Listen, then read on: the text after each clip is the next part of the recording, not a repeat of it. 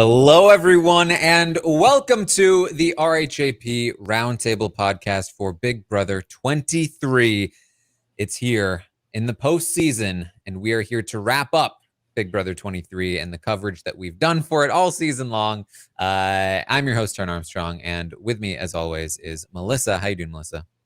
I'm doing great. I'm excited to talk about, I guess, the end of the season as a whole, and then also like postseason content, because I feel like we have been getting a decent amount of postseason content from these house guests. It's like Big Brother 2.0 in the house that they're currently at. So, very, very excited to talk.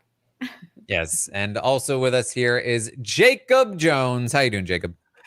I'm doing amazing. I want to echo what Melissa said. I'm excited. I'm just excited to be here with you two, TBH, OTC, ROFL, and I'm like pretty energized, this evening, and I'm just excited to talk about it. And I feel like this was a important season.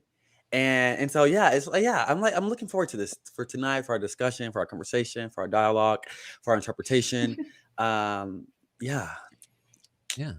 So we are going to talk about the season as a whole, give our thoughts on the season now that it's over. We're going to talk about like where it falls in the ranking of all the seasons. We're going to talk about Xavier as a winner. Maybe get into some of what's happening at Todrick's house. And the new Big Brother. We're of course also going to rate all of the players as players, not their position in the game, but now that we've seen their entire game from start to finish, how would we rate them as players? We're going to go through each one and rate them. And we'll also talk about favorite players and all sorts of fun stuff here tonight. Of course, we'll reveal the final results on the reality stock watch game as well. See who took the crown. Are tonight ratings going into it? No. Oh, okay. So it's done. It's done. Okay. There's a winner, and they've got a crown, a golden crown. All right. The winner is not me. I'm pretty sure of it. It's no spoilers. We don't want to. I mean, Melissa was definitely in contention. I was doing pretty well at the end. I think the question will be, where will Melissa fall amongst all Melissas? Yes, I think that's more of my competition at this point. All right. So let's get into it here. I just wanted to start off with, the season's over. It's been almost a week now since the finale. We've had a chance to sort of like let it settle in. What are your Jacob? We haven't even heard from you since the finale. What have been your thoughts on the season as a whole now that it's over? I thoroughly enjoyed the finale. Like the finale was like the everything I wanted. Like it was really good. Not everything I wanted.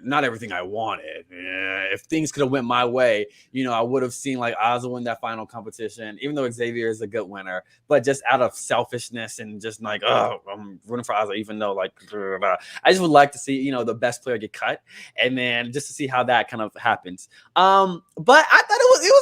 You know what I mean? And I feel like we're getting so much content. Sorry, the squeaky voice comes out when I'm like super excited, and I just like my brain is running, but my mouth is like, you know what I mean? I don't know what that's called, but that's what it's doing. But yeah, finale was. What did you say? Squeaky voice syndrome. Is that what it's called? Squeaky voice syndrome. Yeah, I think it's happening. Yes, it's called squeaky voice syndrome. But no, I thought we got a good winner.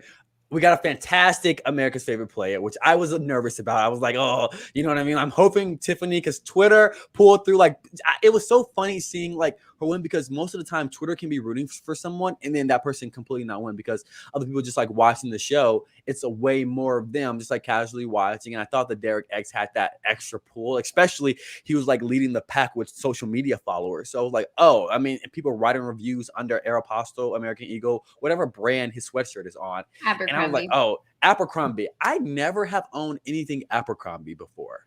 It's so weird because I grew up in that millennial stage. Well, I am a Gen Z.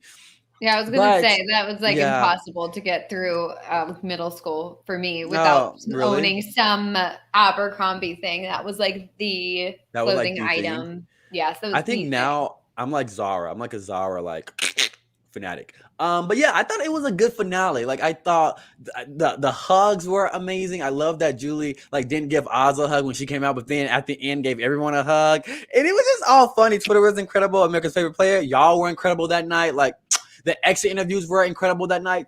And then the likes and the retweets of these house guests shading each other but still loving each other. I'm just like, Yeah, I Yeah, feel like the chef kiss. postseason content has been good because I feel like a lot of the time the postseason content is just about like drama, and I'm not really Mhm. about drama. Like it's been about like, oh, how can we make this person feel ashamed, or like if this person's mad at this person, let's see their reaction to this person because they hate each other now. Like that stuff like hasn't really been there, and I feel like it makes you, and I have to say it makes me as like a podcaster and as a fan kind of feel guilty in a way that like I said mean things, like you know what I Yeah. mean, like I don't even think I'm that mean, but I do think like I have been and I can be like pretty harsh on players because I get so passionate about it.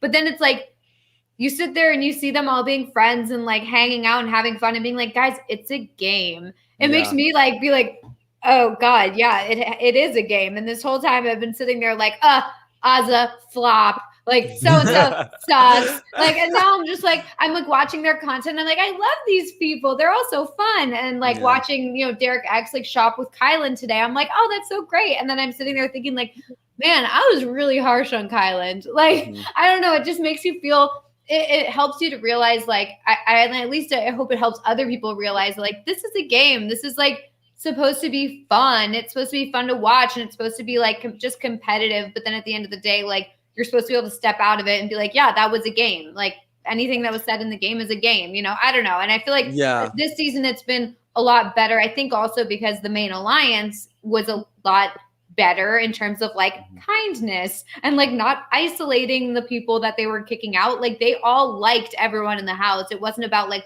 oh, I hate this person. It was just like, hey, I'm just going to get them out of the house because it's a game.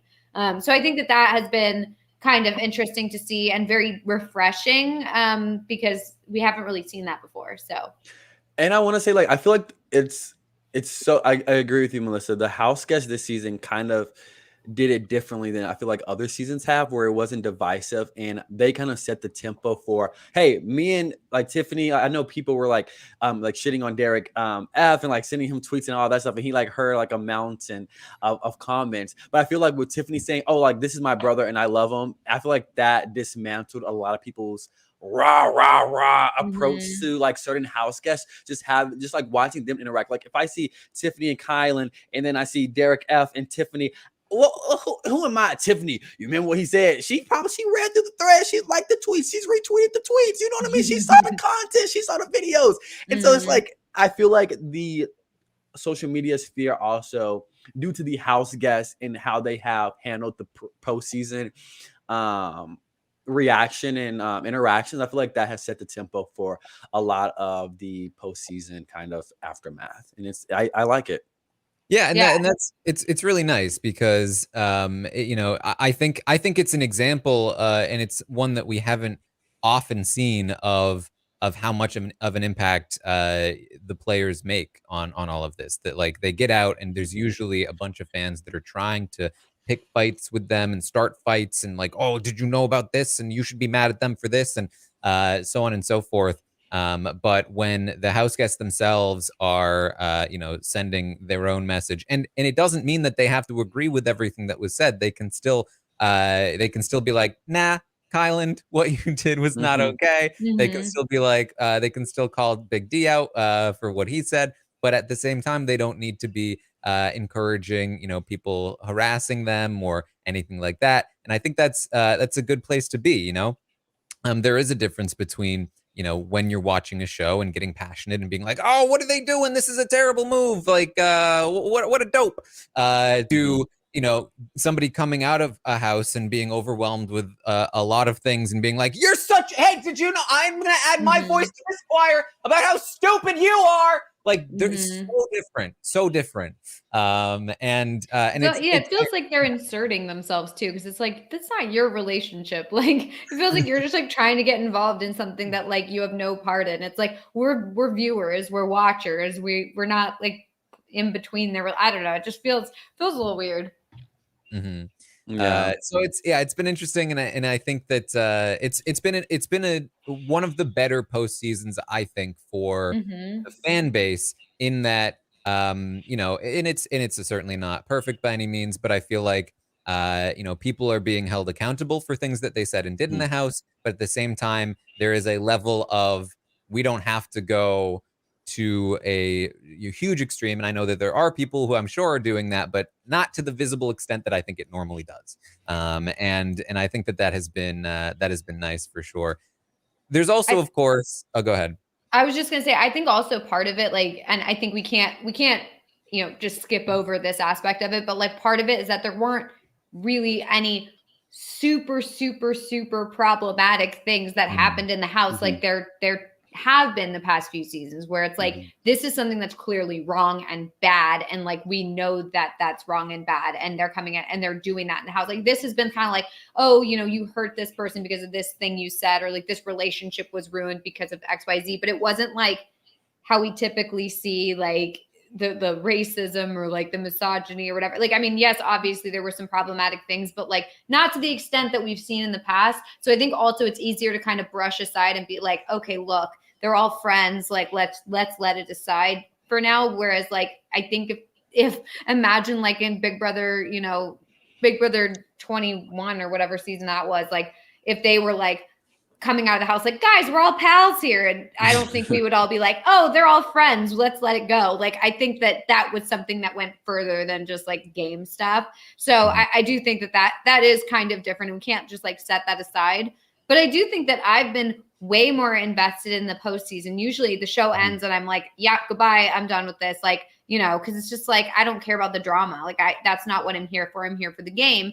But I thought that the first of all, like, just like the general like relationship content that we've been seeing from them is very fun and wholesome. And then I also think that the interviews that they've all done have been really good and fun to see. And I feel like they're all giving good answers and like, answering to things that we kind of had questions about. And so I've had a great time, watching all that sort of stuff and keeping up with it. Whereas normally I'm kind of like, see ya. So, yeah. Well, can we explain, and by we, I mean, hopefully you guys, because I'm not entirely sure what's happening, but the house guests are now living at a man named Todrick Hall? Todrick? Yeah, Hall. Do you not know him, Taran? Yeah. Well, I mean, he's not like an A-list, but like he's I remember he directed a few Taylor Swift videos. Okay. Or like was involved in like, he's like Taylor Swift, really good fan. He creates music.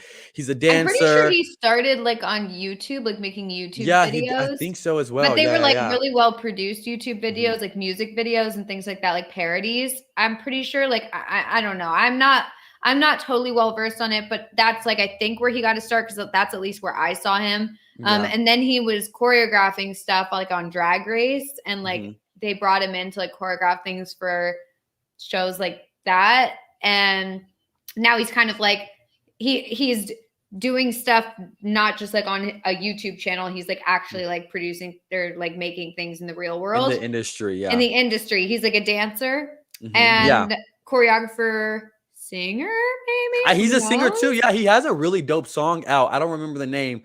I wish I did. I don't remember, but when I heard it, I did tap my toe to it a few times. But he's been a Big Brother fan for like many years, and I've seen him post content about the Big Brother, like after the finale, and like hanging out with some of the house guests. I know that Bailey from Big Brother 20 and Big Brother 23. Oh no, this was Big Brother 23, Big Brother 22. Wow, she really did Big Brother 20 and then came back for Big Brother 22. It just hit me. But they hang out like when she did live in LA. Now her and Swagger don't live in LA anymore. But I feel like TMZ right now. But we're like trying to piece together like what the connections are. Bailey is really good friends with him, and I know that she has posted like being over his house numerous times, like watching the Big Brother finales and things like that. And according to the chat, he started on American Idol. apparently. Oh, I didn't know that. Well, Or he was on American Idol. I don't know if he started on American Idol, but he was on it. I don't know. There's that aspect. Also, he apparently was in Kinky Boots on Broadway. Oh yeah, he was. He's done stuff. Like, he's not just like some random guy. He's like, and he's also been a fan. Like, I'm pretty sure he's going to be on Celebrity Big Brother. Like, he's got to be at this point. Cody. He was FaceTiming Cody like during one of the episodes during the seasons. So there's that. Yeah, it was a picture that was posted. He posted on his story, and then Cody. I don't follow Cody, but I saw it on Twitter, and people were like, "Oh, he's like suspected to be on CBB3," but he was FaceTiming Cody Calafiore on. He's like somehow connected with all of them. If he's on CBB, you should be keeping a lower profile, bro. Yeah, they're gonna be like, this guy knows Big Brother. He's a fan. He's gonna be the next Shannon Elizabeth. Yeah, I know, right? Yeah, oh my god. It was dope how it all, because he posted also on his Instagram story that Tiffany just texted him because he hosted a finale party, and then like all of them went there, and then like some alumni went there as well. But then I think a couple of days later, he said, "Hey, I have some new roommates," and Tiffany texted him and to say, "Hey, can we stay at your house while you're in London?" And he was supposed to go to London yesterday, but I don't think he actually went to London, or he probably went today. I don't know. But Tiffany reached out and texted him, and now they're like at his house driving his cars. It's so funny to watch, but honestly, I love it. So they went there to party, I think like the night of the finale or the night after or whatever. It was the night of, and then they just like never left, I think. Yeah, right? Like, they basically were like, "Well, can we crash here for a bit?" And he's like, "Well, I'm going out of town," and they're like, "That's cool. You don't have to be here." Honestly, so basically, like that's literally what happened. Is like Tiffany asked him, like, "Can we stay?" And he was like, "Okay." And so now they've just been living at his mansion. But I don't think they're doing it for a week. Or he said, I have new roommates for a week. Yeah, he said a week. So I don't think it's forever. Well, it went. And they're doing their best job of doing live feeds via Instagram. Yeah.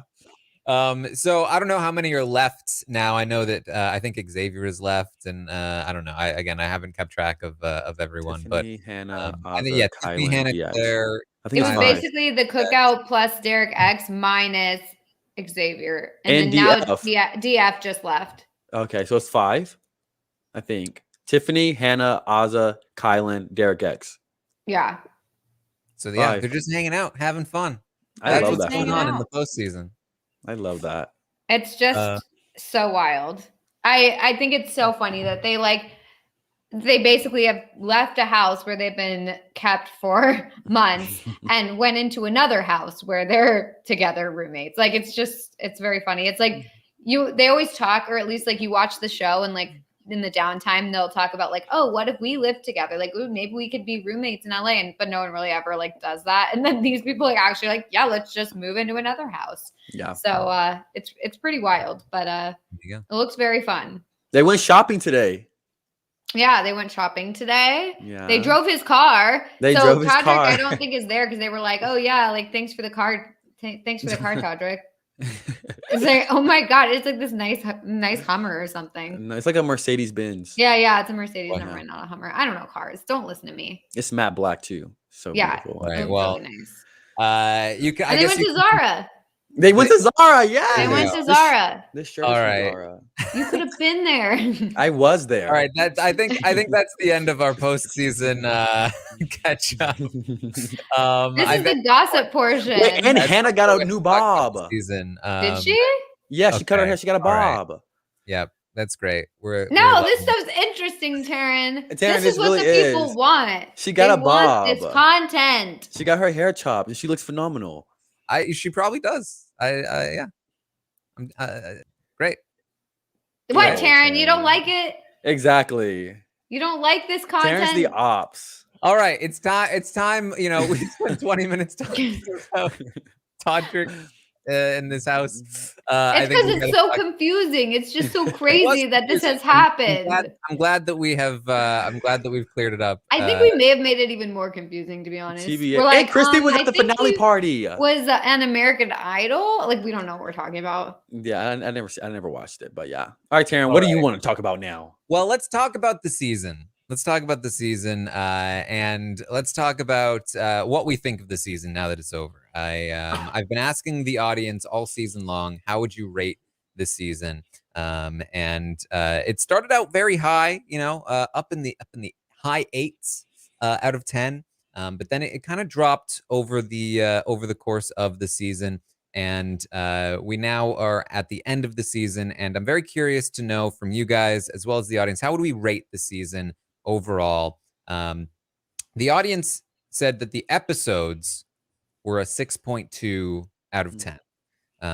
It's above average slightly, but probably nothing special. And I think I'm inclined to agree. There were some really bad episodes, especially toward the end of the season. At the beginning of the season, I felt like the episodes were not really capturing the essence of what was happening, and it was really a lot of missed opportunity. But overall, there were still some good moments and some highlights. So I don't, honestly, for me, the episodes may be closer to like a 5 than a 6, just because I didn't love them this season. But what do you guys think? Yeah, I mean, I agree with that. I think like part of the issue was it felt like they weren't covering what was relevant until it was like a week later or like an episode later at least. And so it's kind of like hard to watch when we know that there's so much more going on in the house and then they're still stuck on like Frenchie.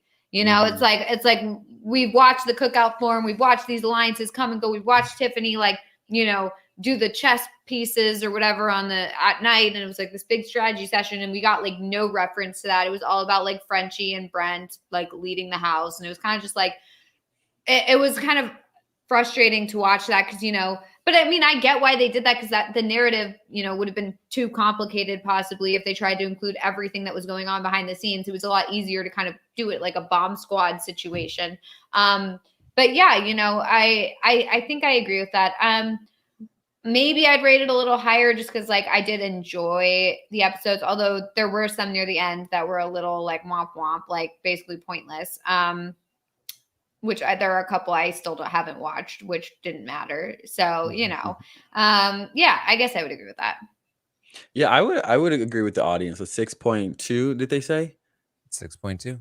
6.2. I feel like they weren't horrible, but I do feel the editing, it didn't give certain house guests the credit that I would have liked to seen, that I'd like to have saw on the episodes. And I feel like they put a lot of fluff into the episodes, like funny, cute moments instead of the kind of strategy moments that we love to see. So that very much irritated me. So yeah, and I don't watch the show for competitions, and so I'm never turned on by those. And so just like I'm turned on by not turned on. Use another word. I'm not very really turned on. But yeah, just the people. I'm the finger of the people, so turning on is something I do.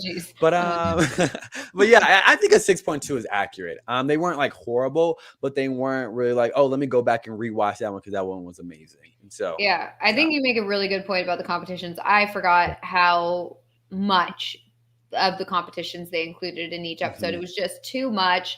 I really do not care for the competitions at all. I like don't pay attention during them. So like, I would prefer if they would cut the competitions way shorter, because we don't, especially when they're like the long ones where we see the same person do the same thing or different people do the same thing over and over and over again. It's like, just give us the highlights. Like we don't need to know the whole thing. So, that definitely brings the episodes down for me. I feel like they spent either more time on the competitions or just their edit of competitions has gotten worse because it feels like it's a lot longer time amount of time spending on the competitions. But that was genuinely one of the worst aspects of the episodes all season long. And then also I felt like they didn't really get into what the cookout was and what their mission was. I mean, on a very basic level, they talked about it, but it really wasn't until, and they kind of relegated it to the clip show, that they really ever like got to them like telling any stories or really talking about the mission in any serious way. There were a couple of moments throughout it, but that was another huge issue that we talked about throughout the season with the editing. So didn't love that. But the feeds, how do we think the feeds went? The audience gave the feeds a 7.1. So better than the episodes, but still not, still just kind of like a good 7, like almost great, but not quite. And I think that's kind of fair, from my point of view. The feeds were really good in the first few weeks of the game. And it was really like almost all the way up until like jury, because even the week that Christian left, feeds were really strong. But then pretty much as soon as jury hit, things slowed down a lot. And by the end of the season, we were getting very, very little on the feeds. So I still feel like that warrants at least a 7 for the feeds from that first half. But the second half was definitely a bit of a drag in terms of like active stuff happening all the time. What did you think, Jacob? I would agree. Well, I feel like the only movement with feeds were when the jokers were talking and doing nonsense, or when Tiffany was making a scheme or a plan. And I feel like that was the movement of the feeds for me. And so once those both stopped happening and we didn't get the jokers stop, they're what is the word where they're like the waffle? I'm probably not. Waffle? That's not even a word. Like people say like, oh, that's such a dewaffle. I don't think people say that. I think I'm making that up. But it's just something. It's like it rhymes with dewaffle, something like that. But it's what like is the meaning of it? I don't. It's like zhuzh. You know? Do you not know what zhuzh means? Like zhuzh, like I know. zhuzh. Like it's like a dewaffle, like kerfuffle. Kerfuffle, yes. I think that's it. I don't know. I'm not 1,000% sure. Debacle is the word. Debacle is the word. You have like the craziest way with words I've ever heard. It's just like you're always like, is it this word? Everyone has to like figure out what you're talking about. Oh my gosh. It was debacle. A dewaffle? This is such a dewaffle. I was like, it rhymes with the waffle. Okay, the waffle. Okay, no, sorry. It's Get me the waffle. The waffle. And so debacle, not debacle. What is it? It's a debacle. Okay. If it's like, yeah, it's not a debacle. Whatever the terminology is.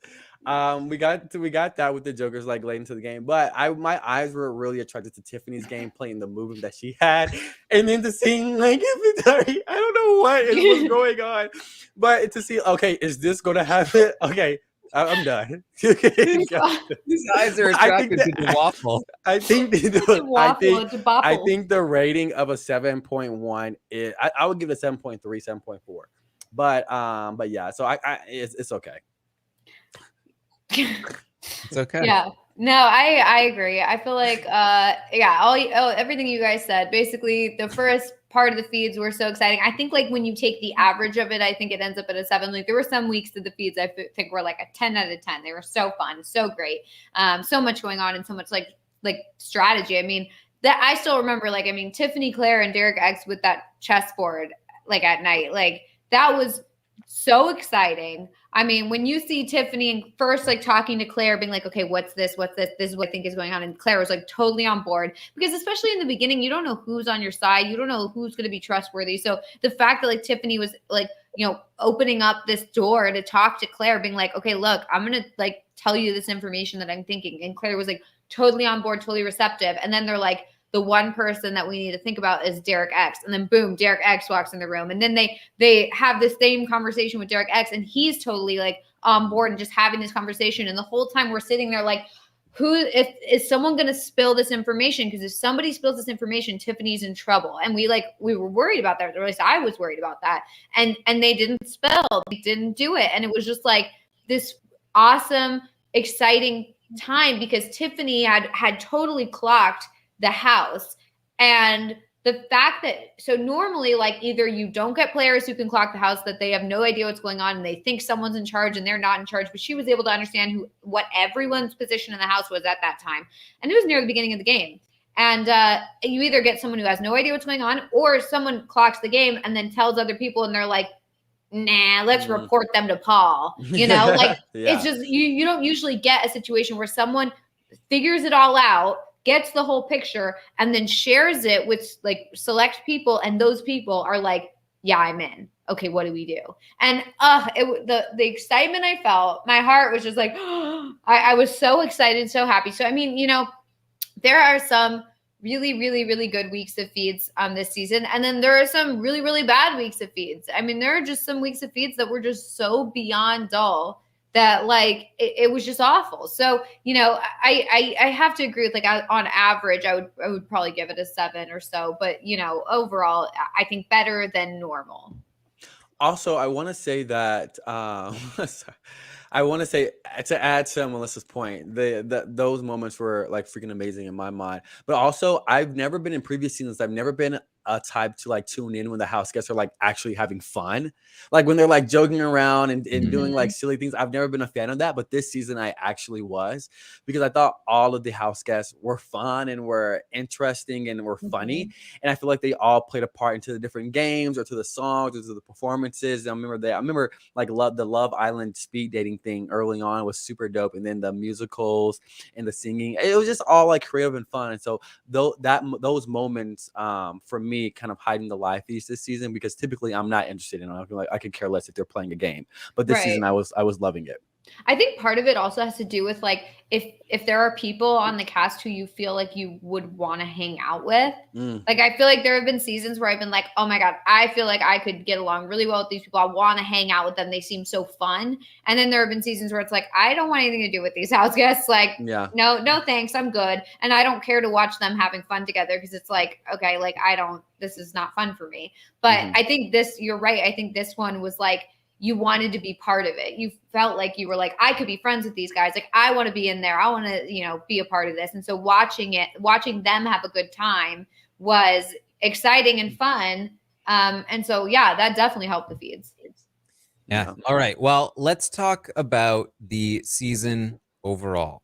How do we rate the season overall as a whole? The audience gave the season overall the highest rating of the 3. They gave it a 7.3, which I think is for me a little low. Now, I'm probably lower on the episodes, about where they are with the feeds, but I would give the season as a whole a higher rating, probably at least something like an 8. And that's because not because the episodes were great or the feeds were consistently exciting, but because the season as a whole sort of represents something bigger than, you know, the sum of its parts. And I think that it provided something that was so, even if you take away the historic factor of the first Black winner, of what the cookout did and what they succeeded in doing, and the mission that they had, there's also just such a unique element of what is it like when you take 6 people who have a single goal and they're willing to strive to achieve that goal outside of their own personal motivations. That's something I've never seen before on the show, and it led to different kinds of conflict that we've never seen before, and different ways of sort of examining, you know, I mean, if examining human behavior, as I'm a robot and that's why I watch Big Brother to do, like it was interesting to me in that way, and I think it really does stand out as a season, and I think it will stand out as a season moving forward. You know, there were some weaknesses. You know, Tiffany didn't win. That's a weakness. It got pretty boring in the end. There were episodes that I struggled to get through, and that doesn't often happen with the show too much. And it's, I think, really down to the editing as well as, you know, sort of the end game, which unfortunately was a bit dull. And so like there are those weaknesses there, but there are also so many other interesting and important aspects to the season that I did really appreciate, and something that I think will be interesting to talk about. I'm sure we're going to do this podcast in a few months, but comparing Big Brother Canada 9 to Big Brother US 23, I think will be interesting, because I think for me, they were both at around an 8 out of 10. But which one's better? Find out when we do the end of the year podcast. But Melissa, what are your thoughts? What rating would you give it? Yeah, I would probably give it an 8. I think that the fact that there were so many, I feel like the casting really helped me love the season more than usual. I think that the fact that there were like that everybody there seemed to be there to play and not there to just like gain followers or whatever. Like I really appreciated that. And I feel like we had so many fun personalities on it that made it fun. And so many smart players. I mean, there were so many people there who really like, I feel like a lot of the times in previous seasons, you know, you have like one or two players that are like really smart at the game, not just smart generally, but like really smart, like really intelligent in terms of game. And then kind of a few other people just like kind of thrown in there. Some people like, oh, maybe they can figure it out, maybe they can't. But I feel like in this situation, like I can point to so many different players who were good and who had kind of figured out, maybe they hadn't figured out everything, but they figured out a lot of that was going on. And also were just like generally like smart players. I feel like, for example, I guess I could point to all the pawns. Like, I feel like for the most part, when somebody is a pawn of someone else, they're not a good player in their own right. They're just a pawn. And they're a pawn because they're not so good or like they don't know what's going on. You can kind of drag them along. In this situation, I feel like all the pawns were really smart and were actually good players. So I felt like that helped me like it more because I felt like there was, I don't know, I guess it was me being like wishful thinking, but I felt like there was like more of a chance for everybody. Like it wasn't just like, oh, it's going to be a steamroll. It was just like, maybe there's a chance. Obviously, like that didn't happen. But and the fact is that even though it was a steamroll, it was a steamroll in not the normal sense where it's just they're winning competitions and they're getting everyone out. It was a steamroll, but it was a steamroll in a social game way. They used their social manipulation to get further because they weren't winning all the competitions. And so I felt like even though I usually hate steamrolls, this actually was an interesting one because it required skill and thought and strategy. So, you know, overall, I liked the season a lot. Were there frustrations? Yes, of course. But, you know, when you look at the big picture, I did really enjoy it. So, yeah, I think I would give it an 8. Yeah, I would give it like an 8.5. Just because that extra, this season was so pivotal. I feel like not only for Big Brother, but honestly for reality TV, like as a whole. And to see that moment when the cookout was the cookout, and once that final 6 happened, and seeing like seeing like fans play this show, like excited me from the beginning, from the get go. And this season was like in moments very frustrating, like you all said, and it didn't have all of the fights, the drama, the super. I mean, we did get one good blindside with Kylan, but not the super good blindsides that we savor after. But just the importance of the mission that was accomplished and the assignment that was done on this season, it was so important. It was so moving, and it was moving just outside of Big Brother, but like it was posted like on media outlets, just not only focused on like reality TV or just that kind of era. And yeah, just the people that we got to play this game this season, like Tiffany, Hannah, Derek X, we got Claire, we got like Alyssa, even I would say even Christian, Xavier. Like I love Ozzy, and it's we had 15 or however many house guests this season, but just to name a few, like this was a really important season for Big Brother, for reality television, and like we did get some amazing game players as well.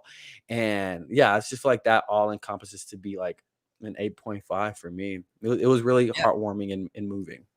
And to your point about media outlets, Big Brother was featured in a Time magazine article. Yeah. About the show, which is like, who would have thought that Time would be talking about Big Brother? Yeah, right? that Time would even care. Like, I was shocked, and I think it's so cool that that like our show has breached that kind of sphere, and people are talking about it in that way, in a positive way. Yeah. Like usually when articles are being written about Big Brother, it's on TMZ. Yes. About the controversy of the season. So that's really cool.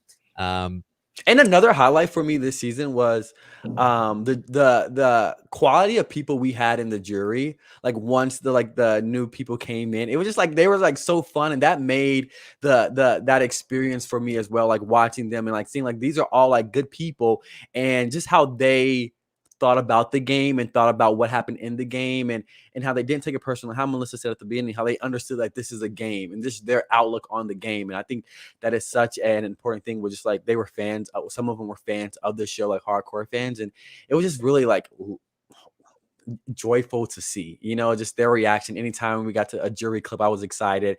Yeah, just the quality of people this season was, I feel like, heightened, and I enjoyed it a lot. All right. So just for comparison, for Big Brother Canada 9 this year, the episodes were rated a 7.3. The feeds were rated a 6.3. So the reverse of this season for the US. So now you have to remember Big Brother Canada feeds are terrible because they shut them down all the time. Season as a whole, though, was an 8.1. So a good almost full point higher from the audience than season 23.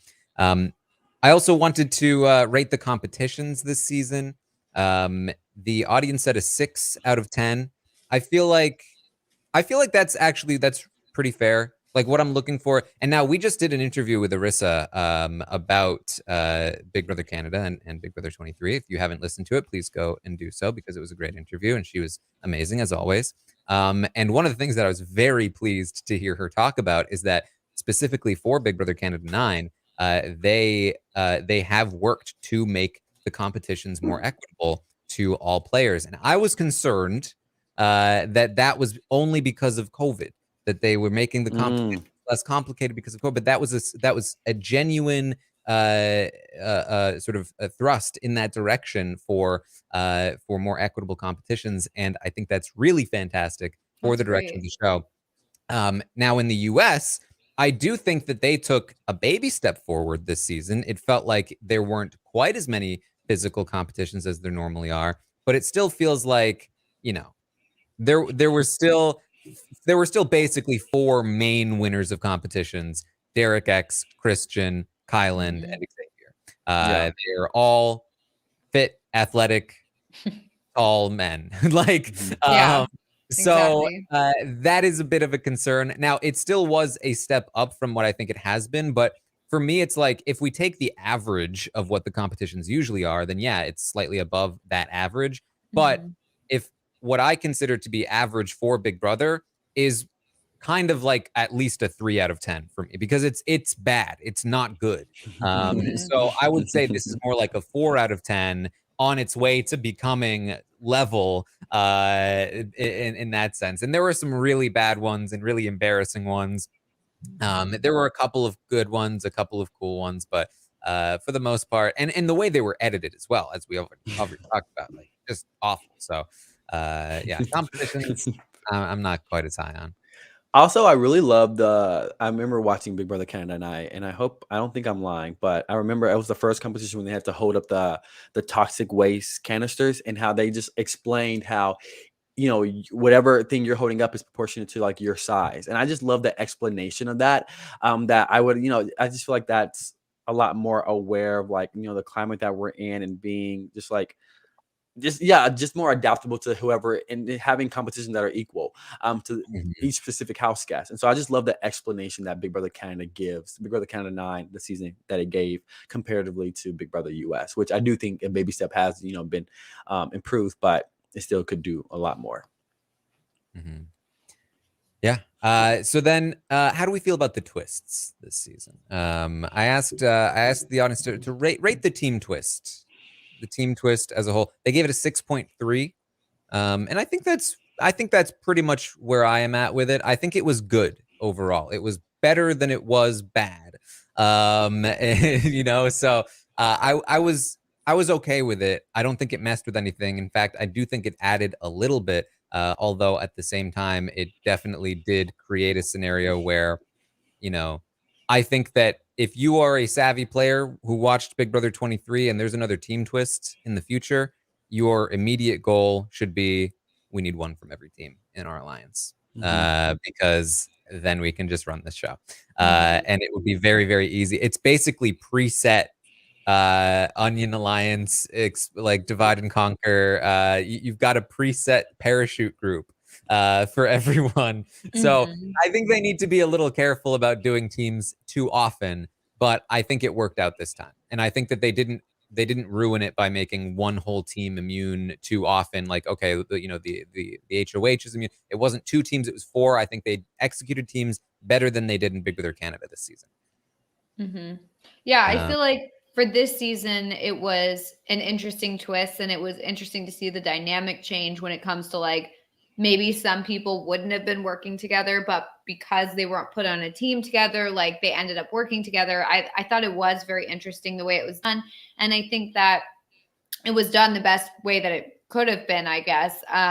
But yeah, I wouldn't want to keep having the team twist. I think that like for a one and done situation, it was good. But I don't know if I want to like every season, all of a sudden it's teams. So, I don't know. Maybe if they like mixed it up or something, I don't know. Yeah, I remember when we found out about the team twist. I was didn't we find out about it before the premiere, correct? Or am I? It was like something like one of the articles or whatever. I was very nervous because I thought it was going to be kind of on the same lineage of how they have done it in the past, or how Big Brother Canada team twist ended up. And I was very nervous, but I was pleasantly surprised that I was okay with it. Like, I was okay with the team twist. I liked the team twist. I liked the different people that they gave the coaches or the team leaders to pick from. But I wasn't that big of a fan of the wild card competitions. I really could care less about those. And I feel like those were kind of the main twist that we had. And I think I'm kind of jaded because of the outcome of those twists. Whoever was the recipient of those, what they did with the power was kind of just like meh. But I just wasn't that high on the wild card. But for the teams, I was like, okay, I like this so far. But for the wild card, I was like, meh. Yeah, so I asked about the wild card as well. The audience rated it a 5 even out of 10, right in the middle. And I think that's pretty fair as well. I think that the safety suite last year was very similar, but done better in its simplicity. But I think it's interesting as well to talk about the outcome of these twists. The safety suite last year, the wild card this year, they both ran for what, like 3 to 4 weeks, and in both instances, the very first safety suite and wildcard competition had an impact. It changed the week. It saved the target. The subsequent weeks changed nothing. And that's because once you get an idea of what's coming, you're just going to plan ahead and make sure that it turns out to be nothing. And so, I think that's a bit of a fault. I think it went on for too long. I think that it's just a way to shoehorn another competition in there that really, I think the highlights of the wild card competitions and high roller competitions that we'll talk about were Azah trying to move the ball with her mind and Tiffany knocking her mugs off the thing. Right? All of them off, yeah. We got 2 good moments from those competitions in general, but like everything else completely forgettable. I barely even remember the competitions. They weren't good. They weren't like most competitions in the season. And they were just, they didn't amount to anything in the end. So 5, I think, is fine for the wild card. It wasn't super harmful, but I don't think it added much either. And then the high roller was just terrible. The audience gave it a 3.6, which I think is very generous. I would say the high roller twist is one of the worst twists they've ever made, in the sense that like it just completely had the opposite effect of what they wanted to do. So I would say the high roller is a 1 out of 10, just like as bad as it gets when it comes to these twists. It was so poorly thought out. Like it just completely. It was like, who do you like, audience? All right, let's get rid of them. There you go. That was bad. We saw that with Brittany, like the first time people knew that she got 100. All right, let's kick her out. And it was very much that, and it didn't give much as well. Like the outcomes of those twists didn't give anything to like it. I mean, specifically the one that Claire won, it really didn't alter the games. The games, nothing was changed. Nothing was changed.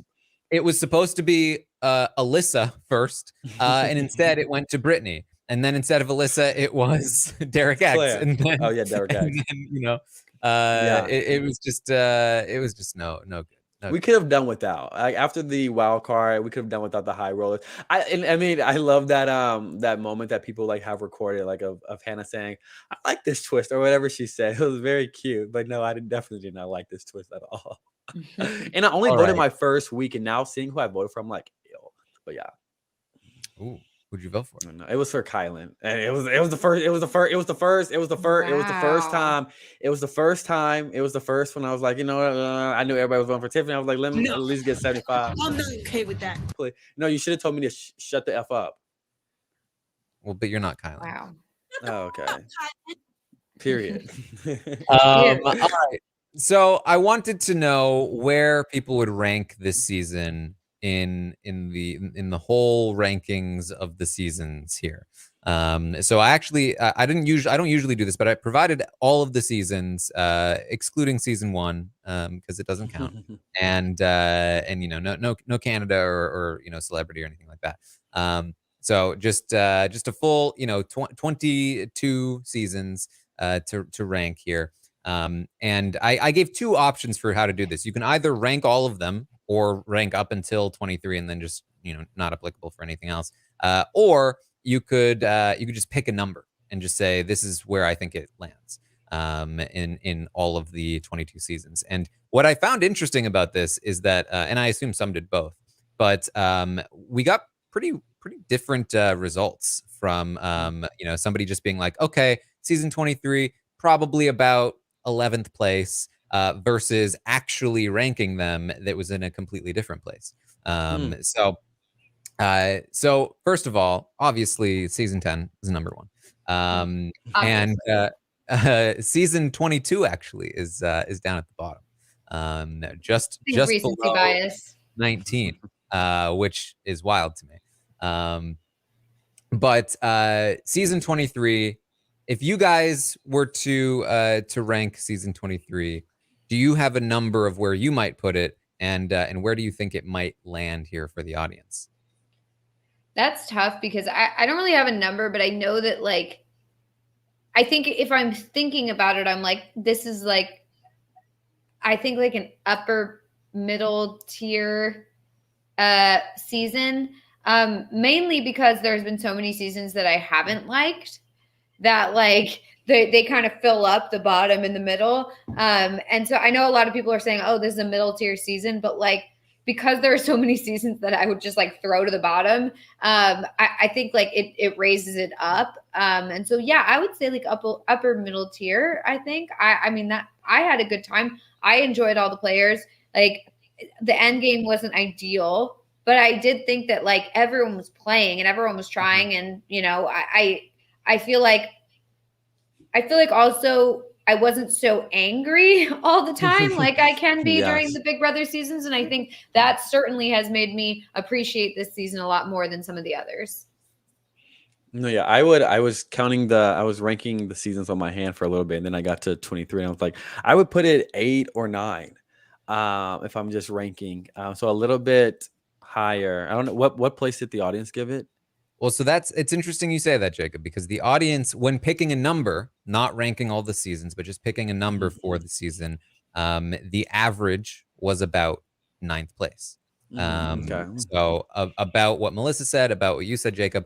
However, when ranking all of the seasons, and so like actually placing it amongst the other seasons, it came in 13th place.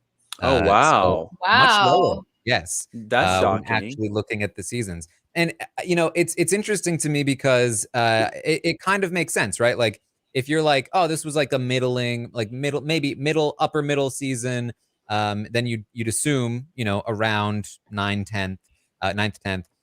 But then when you think about it, there were probably a lot of upper middle seasons, maybe a lot of like middle list seasons, and more than you probably think. And then you're like, well, actually, maybe this one would be ahead of it, maybe this one would be below it. And then it actually ends up moving a bit more than you might think. But yeah, either way, you know, from around 9th to 13th, with 10th being the top sort of ranking for the season. For when somebody picked a number, 10 was the most popular, which I think they were just going for middle, right? Yeah. And actually, the second most popular pick was 5th. So, oh wow. yeah. Wow. So yeah, I'm not sure exactly where I would put it. But you know, when I look through these seasons, and this is the problem, like I would also probably think, you know, probably somewhere in the top 10. This was a really cool season. But then when I start to think about all the seasons, it's I'm like a Rissa, and I'm like I love them all for their own reason. And so it gets hard. But I think it's solidly like upper middle tier. You know, if not higher. It really just depends on what you're doing. I'm sure we're going to do another season ranking podcast at some point. But let's talk about our winner. Let's talk about Xavier. We've talked plenty about his game throughout the season, but where would we rate him as a winner, or how would we rate him as a winner, and how would we rank him as a winner? So this is going to be sort of like the first of our player ratings. We'll just start with Xavier right here, and then we'll go through the rest of the players after we get through this stuff. But when we're talking about rating a player or even a winner, we're talking about specifically if you put this player in 1,000 random Big Brother games, right? Like just run them through a simulated Big Brother season, erase their memory, put them in another one, so on and so forth. Do it 1,000 times. How often do they win? The players that win the most often are the ones that you're going to rate the highest. And the ones that you expect would win the least often are the ones that you're going to put the lowest. And obviously, this is an impossible thing to actually determine. But it's sort of like the target that we're aiming for, even though we'll never hit it, right? So in the process of trying to figure that out, for me at least, I'm looking at things like how intentional was their gameplay? Is it something that they intended to do, or is it something that they just kind of stumbled into? Because if they intended to do it, they're much more likely to be able to repeat it if they were to play in a different situation, rather than just being in a situation that happened to be good for them.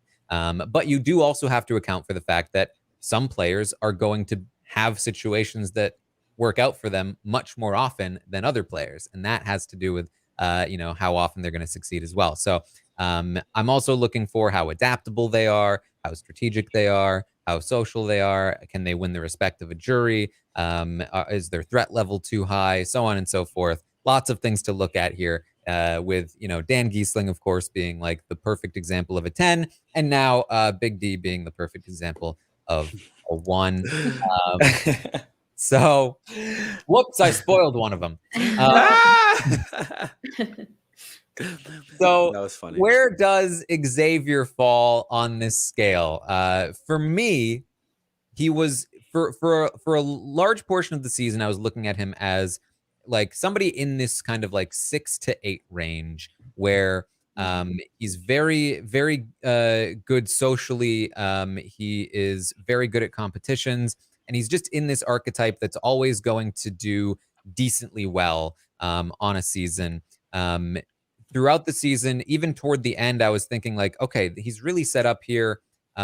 He's really looking like an 8 to me. I said that on a podcast a few weeks ago, and then he started talking about his game. He started telling me all kinds of things about what he thought was happening in the game, and it really revealed to me that his game was not intentional. It was something that if he was aware of what he was doing, lying low, intentionally letting other people take control and run the game, knowing that they were protecting him even though he was a target, knowing that he shouldn't be doing anything. All he needed to do is work on his relationships with the cookout. Like if that's what he was doing intentionally, I would say solid play. That to me is like a Steve Moses kind of game where you know your weaknesses and you play within that and you only do what you need to because you're aware of what you need to do. But instead, Xavier was telling us just a week before Tiffany won the final 8 HOH that he wanted to go to the end with Tiffany and Hannah because they had done the least. And then once Tiffany won that HOH, he was like, no, never mind. She's too selfish. Instead of like, no, she's too big of a threat. It was, she's too selfish. I no longer want to go there with her. And now, of course, he is now saying that she is she was a big threat and that she has done a lot. But at the time, he was not saying those things, Yeah. right? Yeah, like now so he's saying the stuff that would make us be like, oh, okay, so he did know what was going on. But Yeah. it's like, well, it's a But little bit late. that is something to account for, though, as well, because not everyone comes out of the house knowing that they need to start changing their tune a little bit. True. And he Some does. people. And that's exactly the kind of player that he is, and that's what I appreciate about his game. So what I did for all of the players, and this might go too long if I go through every pro and con for each one, but I talked about pros and cons for each player, and for me, first and foremost for Xavier, he has bad reads throughout the game. He had bad reads on how other people felt about him. He had bad reads on what he was doing and what he was accomplishing. He rarely had an accurate view of where he actually stood in the house. And so that combined with his passive gameplay was just a very bad recipe for me, because in order to play passively, you need to know what's happening in order to know that you're safe to play passively. And so awareness is super key for that kind of game. And I didn't feel like it was there, especially once we got toward the end. And he also was not super effective at like actively convincing people to get what he wanted out of them. You know, in the times that he did succeed, it took a lot of work. And it wasn't always what was best for him. And then it would get turned around on him. Like when he got Hannah on the block and then couldn't convince them to not target her anymore. He barely was able to convince Big D to take out Kyland, which was massively good for Big D's game. And the things that did work out for him weren't things that he actively went out of his way to persuade people to do. They were things that came to him. And so for me, those are the sort of the cons of his game. But there's also a lot of good things about his game. And we focused a lot on the cons because he kept telling us the cons over and over on the feeds, and it was very frustrating to listen to. But there are also some great things about his game. First of all, his competition ability. Being able to turn on the ability to win those competitions, knowing to throw competitions early to keep his threat level low was great, even though it didn't fully work. He was very, very likable and charming. I mean, right from the get-go, people talked about how he was going to win the game just based on his presence alone, and that is it's not unearned likability. It is who he is, and that's a very, very key aspect to the game of Big Brother. Who you are is a massive either benefit or handicap coming into a season. And when we talk about some other players, I'm going to talk about how some other players came in with a disadvantage based on who they are, and that's the unfortunate reality of sort of the game, right? But who he is greatly beneficial to his performance in a season. Another thing, he's very effective, and this is something that I think he was the most effective at, very effective at passing the blame onto other people. It's never Xavier's fault. Even when he's talking to the cameras to himself, it's like Hannah's fault that she's being targeted. What is she doing? I'm just trying to do my best over here. And it's that sort of normally you kind of like don't look for that kind of behavior, but he's very good at it. And he was able to convince the cookout throughout in multiple situations that it wasn't him that was being selfish. I'm thinking about using the veto on Alyssa, but I'm not the one being selfish. I'm going to throw the HOH and veto. What? You shouldn't do that. Okay, but it's still those other people being selfish, and people bought it. People bought into that, and that was very key to his game. I think that another pro is that he's not prone to screwing things up for himself. As we talked about, when he gets out of the house, he sort of knows he can read the room. He's going to start saying the right things, and I'm sure that he's also the kind of guy who's going to be able to sort of like actually learn the right things as well. Like I think he's a smart guy, and so I think that in that sense he is able to adapt and sort of recover from situations that would be bad for him. I mean, he's not going to jump right in or be completely torn away by situations like that.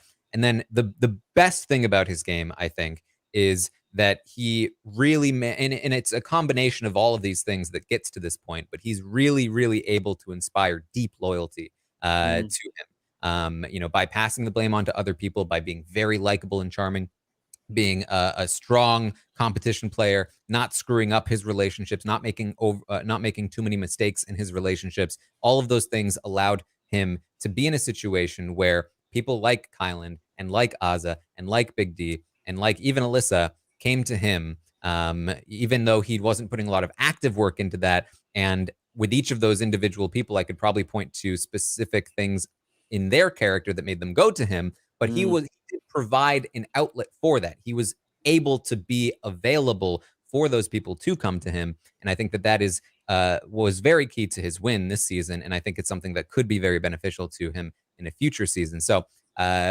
lots of pros, lots of cons as well. I ultimately land at a 7 for Xavier. I feel like, you know, I in some ways it feels low, and in some ways it feels high, and for that reason, I feel like it's probably exactly where it should be for me. I think that he can absolutely do well in a future season, in a bunch of different seasons. I don't think that this particular game was his best showing. I think that he could do better than this season. And that's sort of why I think, like, if I were to rate his game this season, it would be lower than a 7, but him as a player, I think is higher, is a 7. So that's where I'm at. Take it away. Yeah, no, I mean, I totally agree. I think you made some really good points, and I think that everything you said is accurate. I think that, you know, as like a person, his personality, he's very good. And we said this before, he's very good at mirroring people. Like whoever he's in a conversation with, he will kind of adapt to that person. And really, I mean, it's turning on the charm, but it's also like, you know, relating to them in whatever way he thinks that they want to be related to. And usually he's correct.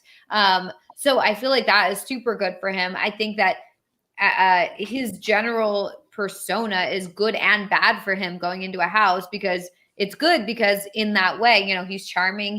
People like him. They want to be around him. They think of him as a winner, like you said.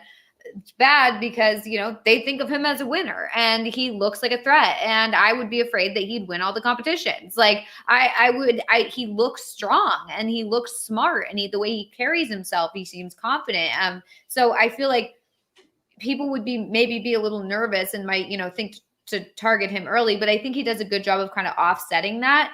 However, I do think without the cookout there, he probably would have he definitely would have been targeted way earlier, and he might have even left. So I think that, you know, it's very specific circumstances that he gets it all the way to the end, but I think he could do it again. I think that he's a very smart player, and, you know, I'm very impressed by certain aspects of his game, especially the social aspect. I just think that I wish he was more aware of, you know, everything that was going on around him. Because it kind of seems like he's kind of just like a one focus, one track kind of guy, and is like, okay, this is what I'm doing. And clearly everyone around me isn't doing anything. And like, that's not really the case at all. So yeah, I agree though. I do think that he is a 7 player. I think that, you know, when I think about certain aspects, like you said, I think, okay, maybe it's a 6, but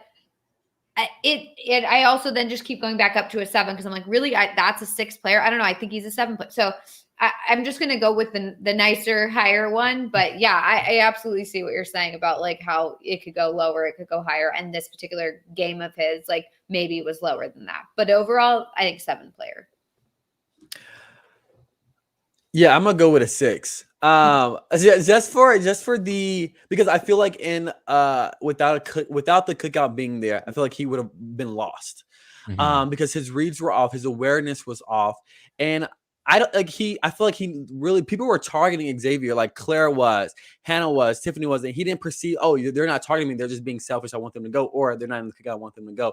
And even at times where I feel like I saw Xavier benefiting from relationships, it was oftentimes the other people's either naiveness or their illogical thinking, okay, let me take him to the end, and, you know, it'll be a fight to the finish. Kind of like his relationship with Kylan. Kylan wanting to take Xavier to the end wasn't due to anything that Xavier did. It was due to the thoughts and brain power that Kylan was coming up with to come to that conclusion. And so, like, when we get to like the jury standpoint, I'm just like, what could Xavier say that could really like drive his point home? Only if he's against like a Derek F or maybe an Azza, you know what I mean? And so like, I just feel like I look at his gameplay, I'm thinking if he played the exact same way, because I don't think his jury answers were really va va va boom. I think they were like a lot doom. You know what I mean? They weren't waffle. There ding, they weren't the waffle. And so I was just like, what have you actually done? And I think his passivity and just other people taking control and things just honestly in a lot of ways just falling into his lap and him having the easier road and the more authoritative standpoint to kind of take control of those things, it benefited him. And so yeah, I just Xavier as a winner, like he in the final three, I think he deserved that win. But if I look at just how he would do like in a typical, I mean, and also though, if we have to look at the history of Big Brother winners in recent years, I feel like a lot of them have come from the same standpoint that Xavier has played, which is very low key, which is very under the radar, which is very like, I'm not really going to do too much and get to the end. And I feel like that's where we're looking at. And a lot of, I mean, it's some exceptions, but I feel like the last like Jack. I don't want to say that a okay, Jackson. I was about to say Jackson was the like. I feel like with KC, I feel like who was Big Brother 9. The good analogy there. Josh, I don't think was super low key. Josh wasn't low key, but he was also against Paul. Season 18. Well, go back and but and so I just feel like he falls into that he can fall into that narrative of I'm just going to get to the end just based off of being who he is and doing the bare minimum in certain ways.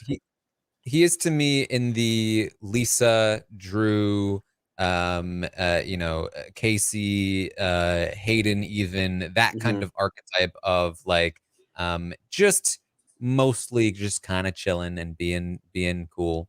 You know, like we talked about that in our first winner ranking, I think, and I do think he fits in there, and I think he is you know, he's probably on the upper scale of that archetype. But yeah, there we are. So a 6 from Jacob Jones, and the audience gave Xavier a 7. So audience a little more in line with Melissa and myself. Jacob, or the audience are out of line with Jacob. Yeah, they're not with the finger of the people here. Yikes! I did though ask, where would you place Xavier in the winner rankings? What are you guys' thoughts on this one? I would say if they gave him a 7, I would say mid to high. At least, is it 1 out of 10 or 1 out of 23? Out of 22 players. Oh, 22 winners. I would say is 1 being the highest or is 23 being the highest? 1 being the highest. 1 being I feel like he'll be a 10. Yeah, I would say he'd be a mid-tier winner. I think that, you know, while we're saying, oh, he's a 7 player, I don't think he played a 7 game, because I think that his game was if we were rating based on gameplay, this season, I would have rated him lower. I think that like I wasn't as impressed because he just seemed to not really know what had actually happened in the house. And as much as being charming and being sociable and stuff can do great things for you in Big Brother, it doesn't account for like it doesn't make up for you not knowing what had happened to get you there. Yeah, I feel like so that's I don't think he had played a 7 game this time around. So I think his win for this season is like a mid-tier winner. Yeah, the interesting thing is that I think, you know, most winners are at least a 7, right? I would say most of them at least. So this one is interesting. 10 was the second most popular choice when just picking numbers. So again, a lot of people gravitating toward that middle area, but the average for picking numbers, somebody who just went, all right, where would I place him? I would place him at this number. The average was 13th out of 22. I was about to say 13th just now. Just in the bottom half, the top of the bottom half, essentially. That's actually the number I was. I should have just said it. I actually should have just said it. I was thinking that. How about this one then? Where does he fall when people actually looked at all of the winners and placed them all together? What do you think? 9. I don't know. I guess. You gotta pick a number. 12. Okay, so Jacob, you're close in a way because you moved 4 places down the scale. You went from 13 to 9, but it was actually the opposite direction. He was actually 17th out of 22. What? Wow. Okay. We ranked all of the players in there. Very surprising to me. Not only that it was again much lower than people actually. There is no way. That is wrong. That is wrong. 17th. 17th. I'm sorry, but there were a lot of bad winners. Like, I mean, there's no way. I mean, I'm feeling like there was a lot of bad winners, but there were also, I feel like, probably more likable winner.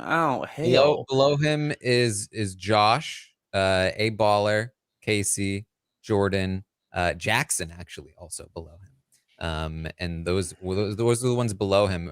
Evil Dick and Rachel both managed to be above him, which I would not agree with. But yeah. I feel like people may have been rating based on ranking them based on like who they liked as winners and versus like whether they thought that they played like the best game. I mean, it's hard to say. We can't truly know, but it does kind of feel that way when it's like, oh, we're putting Jackson way down at the bottom. Like, as much as I don't love Jackson, I was a bit surprised by the Jackson one. Yeah, I think he played a good game. I don't necessarily like him as a person, but I do think he played a good game. So like to put him all the way down near the bottom, it's kind of like just like to spite him. I don't know. Mm-hmm. And he was 17th. 17th. Damn, nah, that's wrong. I also think it's wrong. I think there are, pull Jackson up a bit for, pull Dick and Rachel down. Lisa was very high in this, actually. Lisa was 7th, which I think is. I think she deserves at least top 15. Yeah, 7th was a bit high though. Yeah, 7 is too high. So, we'll see about this one, but that's crazy. It is interesting. It is interesting.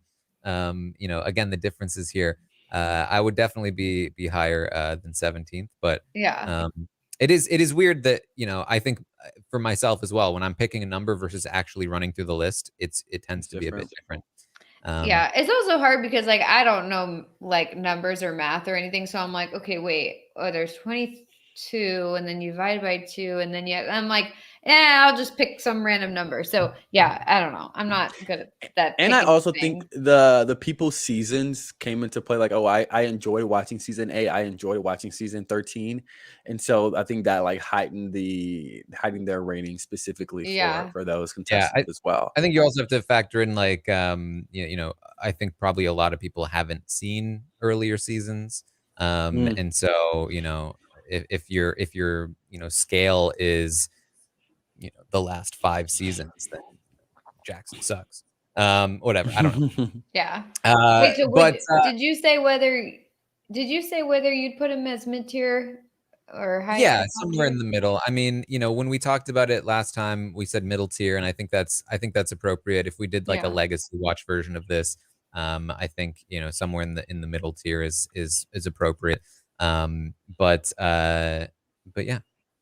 I would be excited to see I don't know if everybody holds this opinion, but I'd be excited to see Xavier come back. No, I wouldn't. I would like to see what Xavier does, sort of like unleashed from like all of that protection. But who knows? I think I can live without that a little bit. I want to see. I feel like I'd be interested in seeing him back, but I think if I could only pick like 1 or 2 people from this season to come back, he probably would not be in that list. Even if I could pick 4 people, he wouldn't be in it. Even if I want to stretch it to 5, he would not be in it. Oh my God. Well, we will talk about who we think will come back, but we're going to wait a little bit on that one.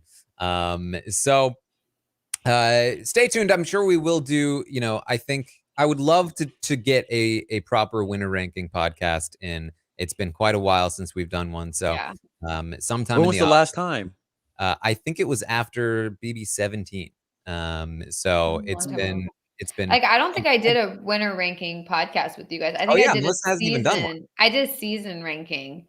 But we did a season ranking. Yeah, I wasn't there for the winner. So it was at least 5 years ago. Yeah, Damn. I did do like a somewhat more updated one on Dom and Colin, but we haven't done like any official one since Do BD7. y'all combine? Well, I guess I don't know which year this premiered, but do y'all combine Big Brother Canada winners in it, or is that its own separate one? Well, I think at the time we didn't because there had only been a couple of Baby Canada winners. Okay. But I think what we've done since then for rankings like that is we do include Canadian stuff, but not in the main. But we do like an addendum where we add the Canadian seasons in, so Okay, I that, like that. we're not, because most people only watch US. US, so yeah. okay, all right. Let's talk through. Let's just at least briefly touch on as well the cookout. I mean, I didn't even ask this question, mostly because I forgot, but also because I figured, it's a given. I mean, best alliance of all time. It's easily the most successful alliance of all time. I don't think, in the Time article, I said it's not a question, it's not a debate. It is considered, I think, the best season, the best alliance of all time. And I don't think there's any argument against it. Wait, were you featured in the Times article? I wasn't featured, no. But I thought you said I said. Okay, I was like, damn, good job, Taran. No, I 1000% agree with you. I think Wait, so you were quoted in it, or you weren't quoted? I was quoted, yeah.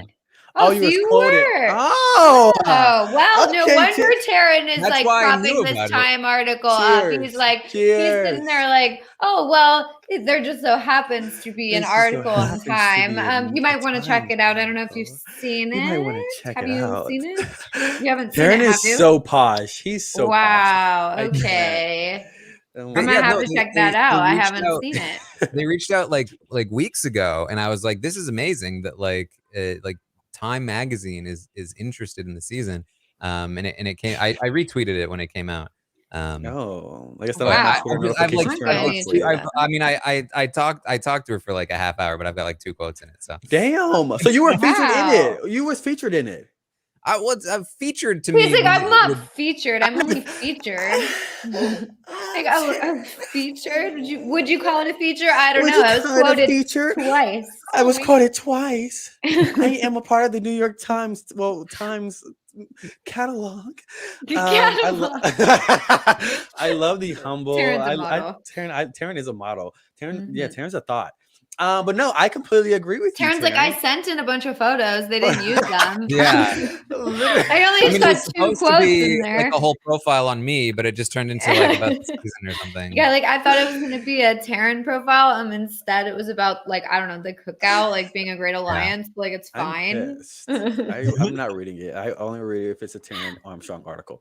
But I would have to agree with your Times article quote, Taran, that I agree. It's a 10 out of 10 alliance. Like, we've seen the result that happened. All 6 of them got to the end. All 6 of them played, not all 6 of them, about 3 to 4, if you want to be generous, played an important part into the intricacies of the moves that were laid out this season.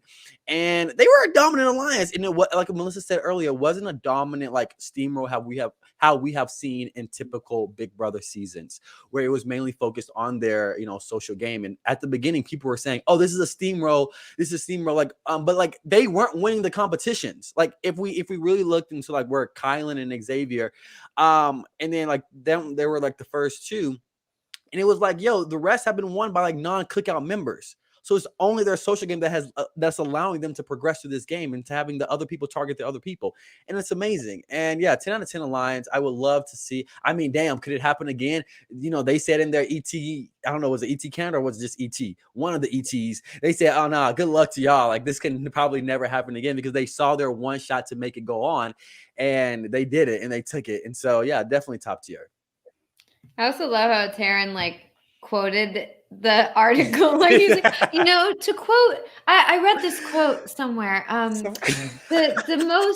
preeminent Big Brother podcaster, Time magazine, they quoted the preeminent RHAP Big Brother podcaster. This is what they said. I don't know, that's just been said places in Time magazine. I don't know where. I mean, it sounds very. It's very intelligent. Whoever said this, whoever wrote that, literally next to Shakespeare. Wow. Wow, I should start very slipping smart. more quotes into Time articles. Like Dan Really Giesling is should. the best player. Time says Dan Giesling is the Yeah, best it's like player of it's all time. crazy. That's so cute. It's so funny. I'm looking at Everyone it should watch The now. Wire. I just lots of stuff. So that's I think that's pretty self-explanatory there. Let's rate the players. Let's get into it. Pan, you're so posh. Um, I love it. It's what do you mean by posh? You're posh. You're posh, baby. Isn't that like upper class posh? Are you not? Yeah, are you not? Period. He's like, I just want to confirm. It means like I'm upper class, right? No, Melissa, you're right. He really, Terry. Oh, I hate you so much. Like, can you please define it for me? Can you please define it? It means upper class, He's correct? like, yes, it does. If you had told child me that somebody would call me posh one day, I would have. You were You really not a are, time Terry. traveler. Oh my god, I love it. I love it too. I can't believe you just said that. Doesn't that mean upper? Oh yeah. He's like, it does mean that. I gotta say, I genuinely still don't understand how it works. Terry, I you're don't posh. Okay, you're posh. Taran, just accept it. Fancy. It means like, you know. Yeah, you're fancy, Taran. Yeah, you like are. fancy because I'm in time. Because I was in time. Because you. Oh, he wants to you're reiterate saying it. again. He You wants want to make sure reiterate. No, we get it, Taran. Melissa, We get your get friend. it. Get your friend, Oh Chuck, because my I can't God. take him. He is too much. He's today, like, did you Chuck. see that quoted twice? Twice? I don't know if you noticed that. Yeah, I mean, there were definitely two. Two Taran quotes. I can't. Oh wow. I'm looking through the article now. I'm scrolling. I'm trying to find these quotes of yours. They might be at the bottom. No, Sharon put in the chat, Taran, people of the person of the year, man of the year. Taran, you're gonna be Time Magazine man of the year. Yeah, they're gonna be like, this guy we quoted him twice. Now he's man of the year. Yeah. Oh, I love to see it. Crazy. I don't like to say that I'm a hero. But if you guys do want to, like, if you want to continue to talk and say if more, you want to say it, like, yeah, I mean, I'm not gonna. Oh my gosh, I'm dead. Well, that's on you. Yeah. Like I won't say it, but no, I would been never. said. If You you know, want someone to. once said in Time Magazine that Taran is a hero. So, Sam, can you do this? What's said? Can you do that? Yeah, it's like you're like putting hair behind your ear. It's very posh. Okay, let's go to ranking these players. Eat with my pinky up. Eat with your pinky, yes. Okay. Yeah, podcast with your pinky up. Okay, yeah. I think definitely the posh thing to do is to spend all of your time watching Big Brother live. Oh yeah, feels very posh to do that. Yeah. You're like, I always thought it. Finally, someone said it. Yeah. I mean, again, basically a hero of the people. Honestly. Wow. A new tag. A new tag. I'm just quoting Time when I say that. It's nothing. Yeah, of course. Yeah. Taran's like, you guys haven't read the article yet, right? Okay, good. Yeah, because Time did call me a hero, and they did say that I was the hero of the people, so it's fine. Oh my god. Just don't read the article. Yeah. All right. Let's talk about the play. Enough. I know we could go on and on about me, but we can go on and on. These poor players who they need a little bit of spotlight. Yeah, they do. Let's move on. Let's talk about them. Let's rate the players. Again, we've given you the scale. We've already rated Xavier. Let's go through the rest of these players, and we'll start with Alyssa, going alphabetically. How do we feel about Alyssa? Melissa, why don't you start? This is a tough one. I think she is an intelligent player. I think that I felt like for the most part, I did think that for the first half, I was impressed with her gameplay, and I thought she had good reads, and I thought she was doing a good job. But I did feel like she kind of got too attached to Christian and then too attached to X. And I feel like it kind of clouded everything that was going on for her, where it got to the point that in the end, she really didn't know what was going on at all. and thought that she was somehow kind of like in control, or that her and X were kind of like a team, and really that really just wasn't the case at all. So, you know, I think that on a normal season, she could do well, but I think that if she ended up, you know, in some sort of showman situation, I would be a little concerned for her again, because I do think that she kind of like, that kind of just gets in the way of the gameplay for her in particular. So it's hard for me, because I think if you put Alyssa, and I think the whole rating of the players this season is going to be tricky, because I think that everybody in this season is better than the average season. But I think if you put Alyssa in a season, like let's say like, you know, 2 seasons ago or whatever, I would have been like, she's a great player, she's really impressive, blah blah blah. But I think that in comparing her to the players we saw this season, she doesn't come across as good as she normally would. So I don't really remember what I rated people in the past. So I feel like I'm just going to kind of go off of like nothing. I probably should have looked that up. But I think if we're saying that X is a 7, I think I'd have to say Alyssa is maybe a 5.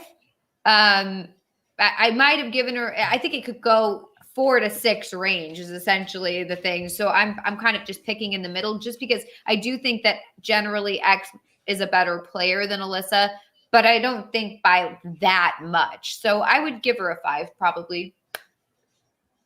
Yeah, I felt and I think that if I remember correctly, Jacob probably disagrees with me on this, but I was always a little bit higher on Alyssa, I think, than a lot of people. I do think that she did become too solely focused on one person in the game. First it was Christian, then it was Xavier, and that really limited her social game. Also, her reads were really bad throughout the season. She was very bad at telling when people were lying to her, and never had a great read on the house. She also, like, for what it's worth, even though she won a couple of things, wasn't great in the competitions, which is not going to work out super well for her long term. But strategically, I do feel like she had the right idea. She was very active in trying to form alliances and structures, and I think that's a super, super valuable skill. Definitely above replacement level to be able to know like how to create a structure, and then to approach people about different Final Four deals and setting yourself up in a way that could have worked if the cookout didn't exist. I think you know, she was in that position pre-jury, and I think that's an interesting spot to be. She was a very good liar herself, even though she was bad at telling when other people were lying. She was good at lying herself.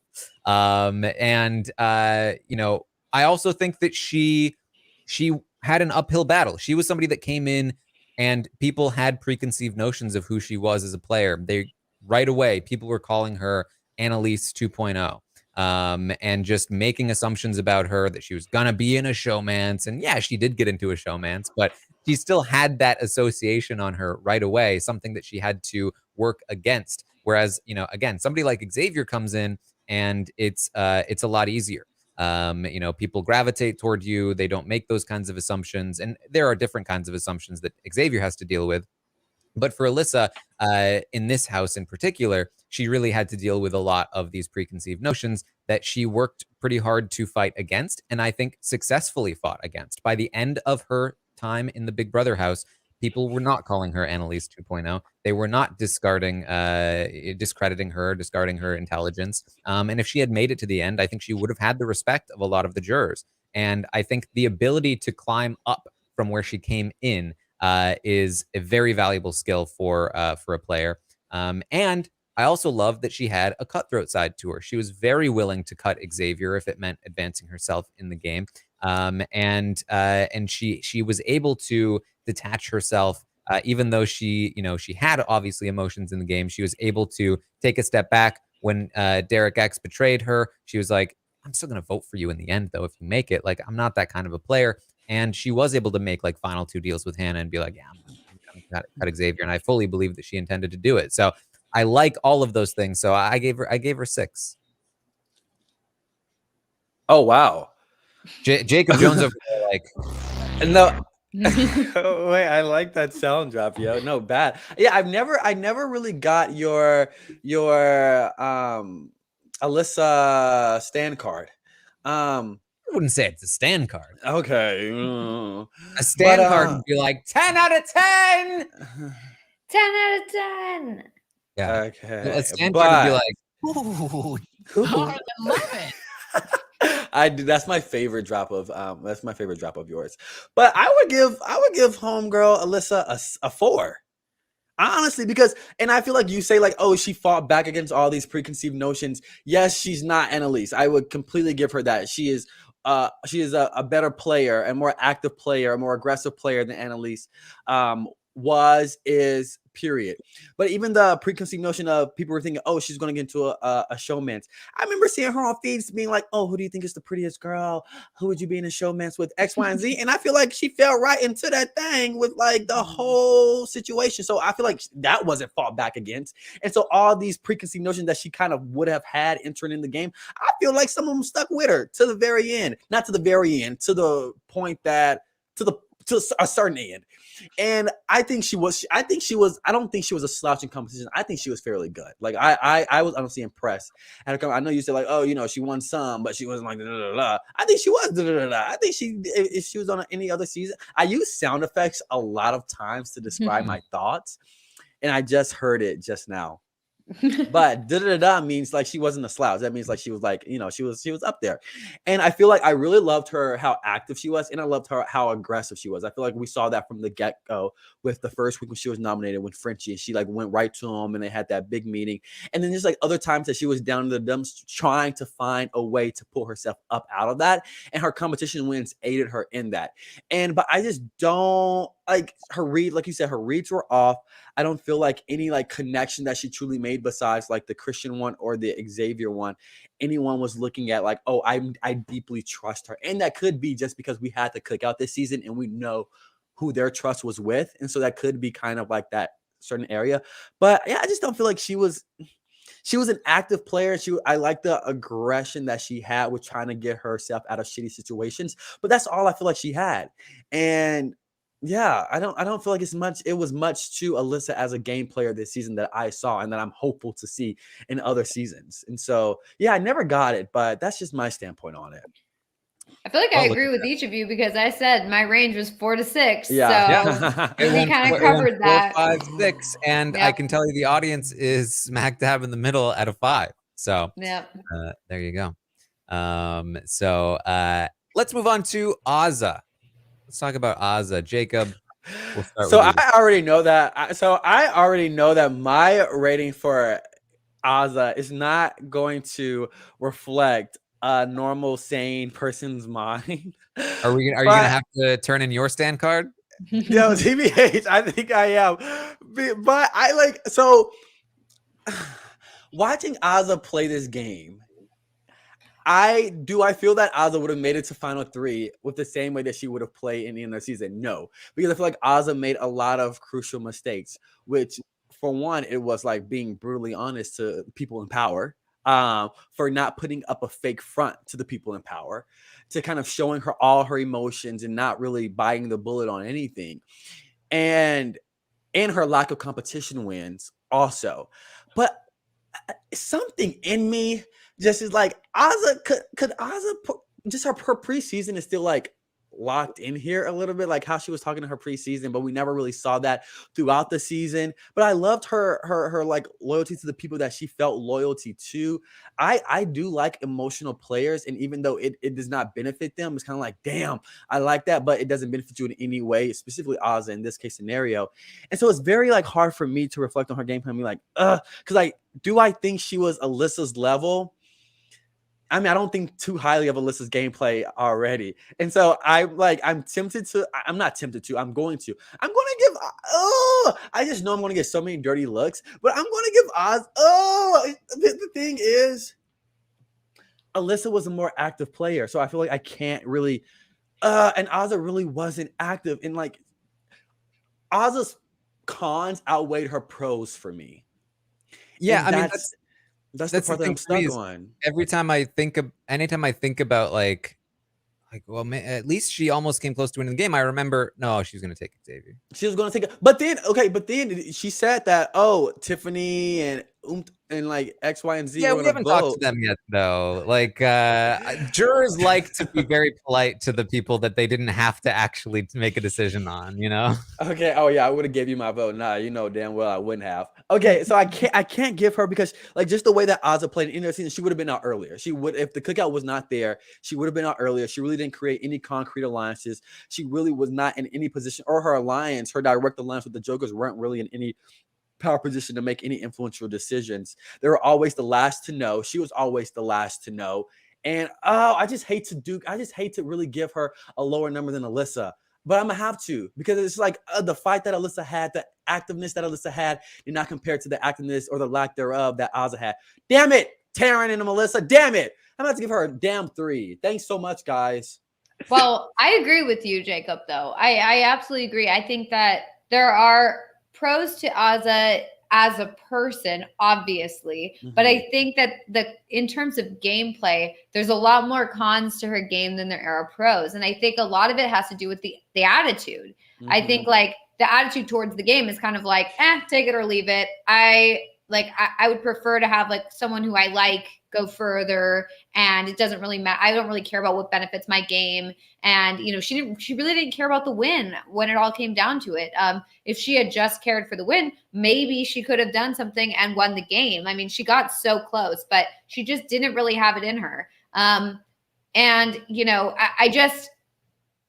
think also another thing you have to think about with Ozza is that like I think because of the cookout, she was able to stick around a lot longer than she would have been able to had the cookout not existed. I think that, I mean, if you look back, there were so many weeks when she like just spoke her mind and told the HOH or whoever was in power, like, whatever she was thinking at the time. Honestly, yeah. And then we were always like, oh my God, I can't believe she just said that to Kylan, or I can't believe she just said this to so-and-so. And it's because of the cookout that nobody did anything about that. But I think that on any other season, if she didn't have the cookout, I think people would have found it an easy reason to be like, Ozza told me that she like wasn't going to answer any of my questions, and she was just like, blah, blah, blah.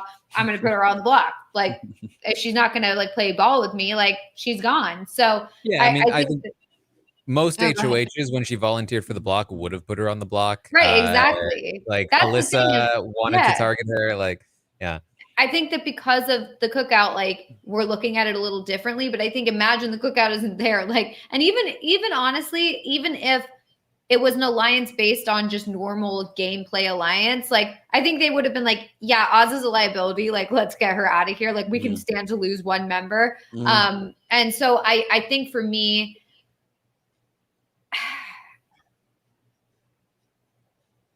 that's tough. I'm between a 2 and a 3, to be honest. But also, I feel like we have to look at like I don't know why I'm trying to persuade you right now, but I feel like her connection with Derek X was really good. Her connection with even though what were you about to say? Okay, so here's what I'll say. Here's what I'll say.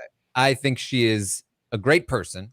I think she is immensely likable, and I think that is definitely a pro to her as a player. I think she builds great relationships, like the one she built with Derek X. She was able to build a relationship with Claire, with a few other people outside of the cookout. I like those things from her game. But despite her great relationship building, her decision making is that she chose to go to the end of the game with the 2 people she probably had the worst relationship with, who were the least loyal to her, that had the least amount of interest in bringing her to the end.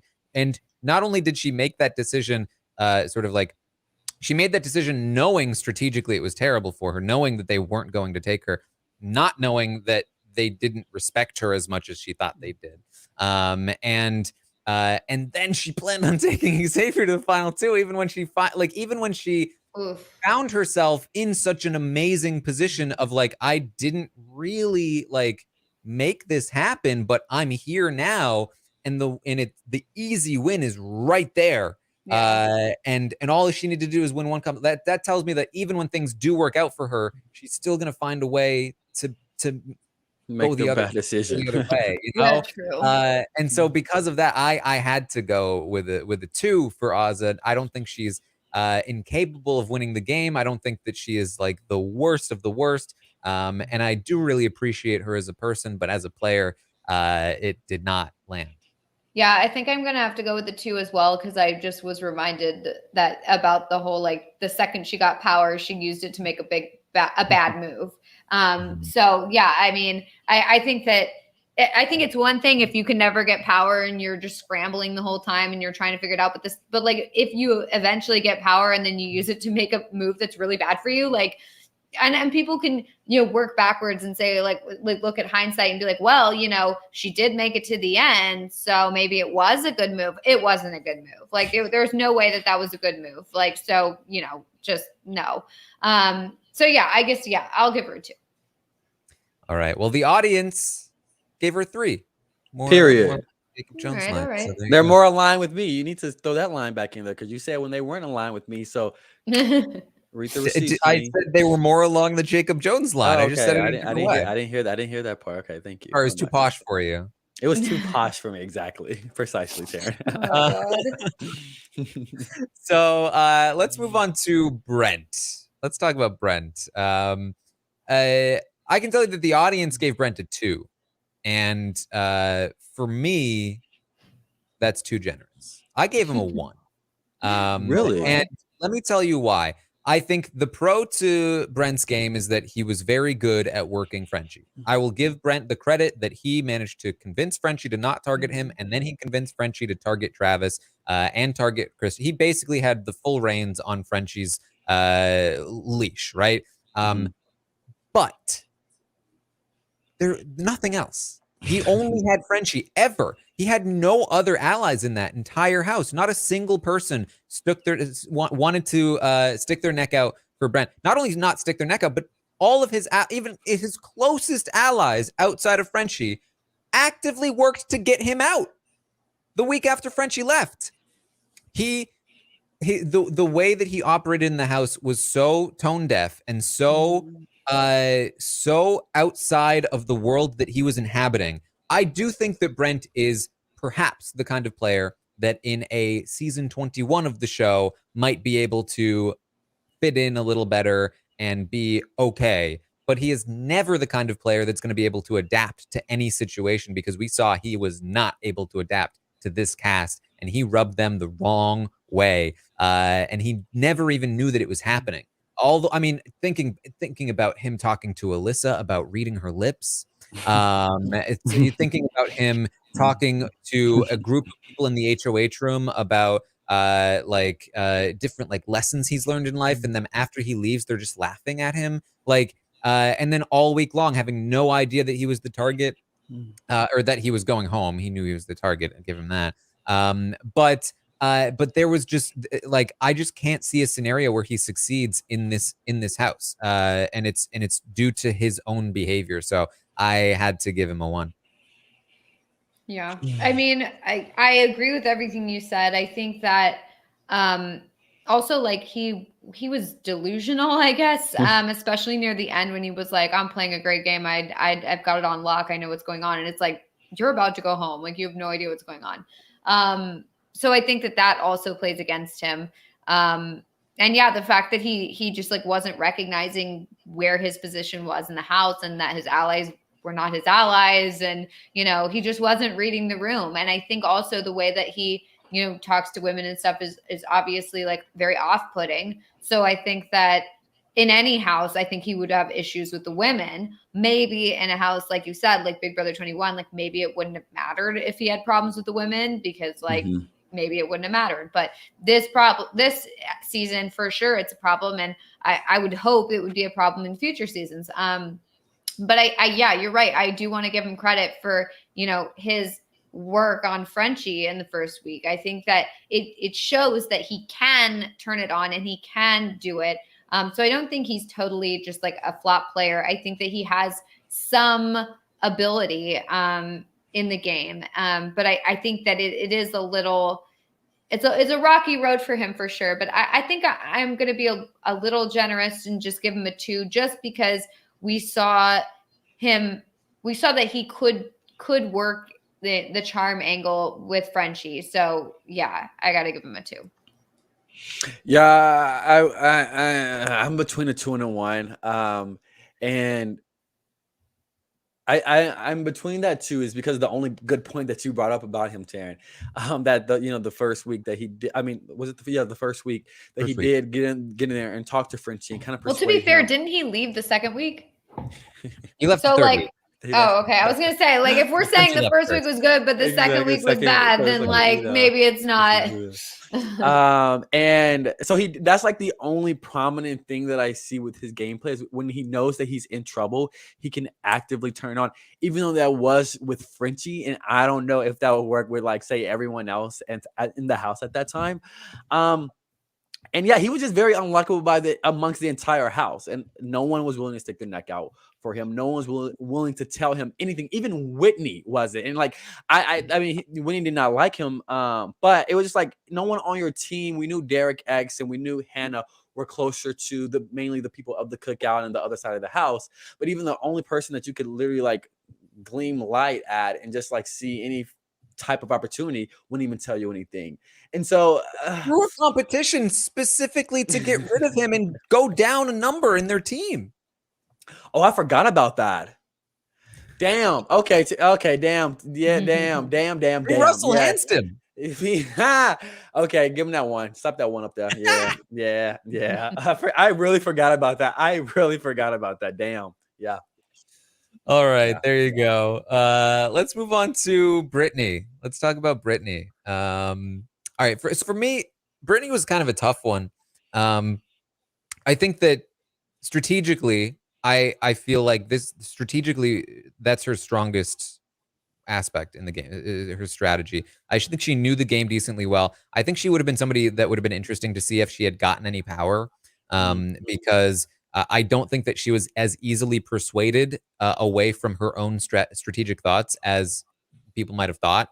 And I think that she could have made some interesting moves. And I also think that, like, while it was a little bit of a double-edged sword, her reaction to being a pawn did help her in some way, because it did prevent people from wanting to use her as a pawn in the future, and it did win her some amount of respect in the house. I do like that part of it. She understood that socially she was behind where she wanted to be, and I don't think the way that she achieved more success there was super successful or something that could work often. But I think ultimately, she is able to win a competition. She's able to get some respect there. She's able to win over the audience, which gets her enough respect to eventually be targeted. But I do think that she is a better player than you might assume. However, I don't think that the fact that she couldn't achieve what she wanted to do socially and had to rely on competitions was not good, because she wasn't able to win most of the competitions. She was able to get that veto, but beyond that, she wasn't able to cut it, unfortunately. And it just took her too long to get there. She felt like she was in the midst of things at first, and then she quickly fell out of it and wasn't able to get back in. She was still working. She was making deals with people like Christian. She was keeping herself off the block, and I do think that she did a decent job of that, but she was never in a position of power, and she was never in a position to really build anything. And so, unfortunately, because of that, I gave her a 4. But it was a tough decision for me to land there. Jacob, what do you think? Yeah, Brittany is a tough one, because I'm just trying to see how Brittany. One thing I did like about Brittany was, just the fact that she like never gave up, and she always when she knew she was in trouble, she always tried to, like throw some type of deal out there and just try to do something. And she had people willing to protect her in this game, and I feel like that should not be slept on as well. And just how deep those loyalties lie with like DF or with like Azza. But the thing is, I'm just trying to think of, if Brittany played again, would she have any agency or influential, like be an influential voice to make a group to go to, persuade a group to go either way. And I just don't think so. And I just don't think her agency is all the way up there to do that. And so I mean, but that veto that she did win, it was pretty iconic. Like, how many times can we get this, and how many times can we get this? You know what I mean? So, I would have to give Brittany a 3, just because if I saw her back, I feel like it would just be the exact same situation. And I feel like she could potentially be the same pawn and could just not have that influential voice to dictate how, like, oh, I want to persuade this group to do this, or I want to, like, throw this idea out there and the rest of them go with it. I just don't see that necessarily happening. Melissa. Yeah, this one's tough because, like, I like Brittany as a person. I like Brittany's drive as a player. I feel like I like what Jacob said. She didn't give up, even when her back was against the wall and she like was told, you're going home. She's like, I'm going to keep going and I'm going to keep pushing. And, when she was put on the block and she won that veto, like, she made it happen in the moment. But I do think that, she just really couldn't find her footing in the game. And I think that would be a problem for her in future seasons. She connected with Big D and Azza, but like they weren't doing anything either. So like, it didn't really help her. So I think that, I think overall, I think she's got the drive, but I don't know if she has like the skills to back it up in terms of like strategic skills or knowledge or things like that, knowledge of the game. So yeah, I feel like for me, I think she would struggle to maintain a footing in a house generally. Like I don't know. I don't see her being like right on the inside with the in crowd, making all the decisions and the moves. Like I think she would kind of still be on the outskirts fighting, the whole time. And I think that's a hard place to be in. So yeah, I think I have to give her a 3. All right. Well, the audience is siding with me on this one. They gave her a 4. Of course. Look at that. All right, let's talk about Christian. Jacob Jones. How do you feel about Christian? I feel very good about Christian. Actually, I think Christian, first we have to point out, great at competitions. I don't know if he knows when to turn it on and when to turn it off, but I don't think with his stature and with just the way he is, if that will even do anything to benefit him. Like, oh, I'm going to throw this. I mean, it benefited Xavier to a certain extent, but like, I don't know if it will benefit Christian to that same level. If like, oh, I want to throw this competition. And I feel like Christian at any point is going to be viewed as a physical threat, especially if he's doing 15 burpees in the backyard and combined with backflips. It's not going to really do anything. Backflip burpees. Yeah. And so, but Christian also had that fight and never gave up. And also he found himself, I don't know if it was him or just he found himself in not a lot of, but in good situations and good standings with people. He's a very likable person. He never ticked anyone off. And DX got rid of him. And do I think it was a mistake by DX? I know people talk about it a lot. You'll be damned if you do, damned if you don't in that situation. But I just don't. I see Christian only making it to the end based on competitions. Honestly, that's the only way I see him making it to the end in any season, and being just that cool guy to be in the cool alliance and to make it to the end. And so with that, I kind of like see him going far in any other season. And so yeah, I'll give him a 5 just based off of how he is, how his personality is, how he's good at competitions, and now he just has that presence to be in an intricate alliance to make it to the end. But I don't see him going out definitely early, like in any other time. Melissa, what do you think? Yeah, I mean, I agree with what you're saying. I think that obviously the competitions is huge. I also think that I really didn't think he was so bad strategically. I honestly thought he was pretty good strategically. And I thought that, he almost stayed on the week that he was going to go home. And so I do think that in terms of the strategy and the game itself, and even social game, I thought that he did a good job. But I do think that his threat level is very high and people will recognize that. And I think you're right, Jacob. I don't know if he knows to not win every competition. Like, I think he just would feel bad to not really compete at his full level. Like, I think he would want to just win it. And that's a recipe for leaving early in the game, like the second you don't win, you're gone. So, yeah, I mean, overall, I think he's a pretty decent player. I think between a 5 and a 6, to be honest.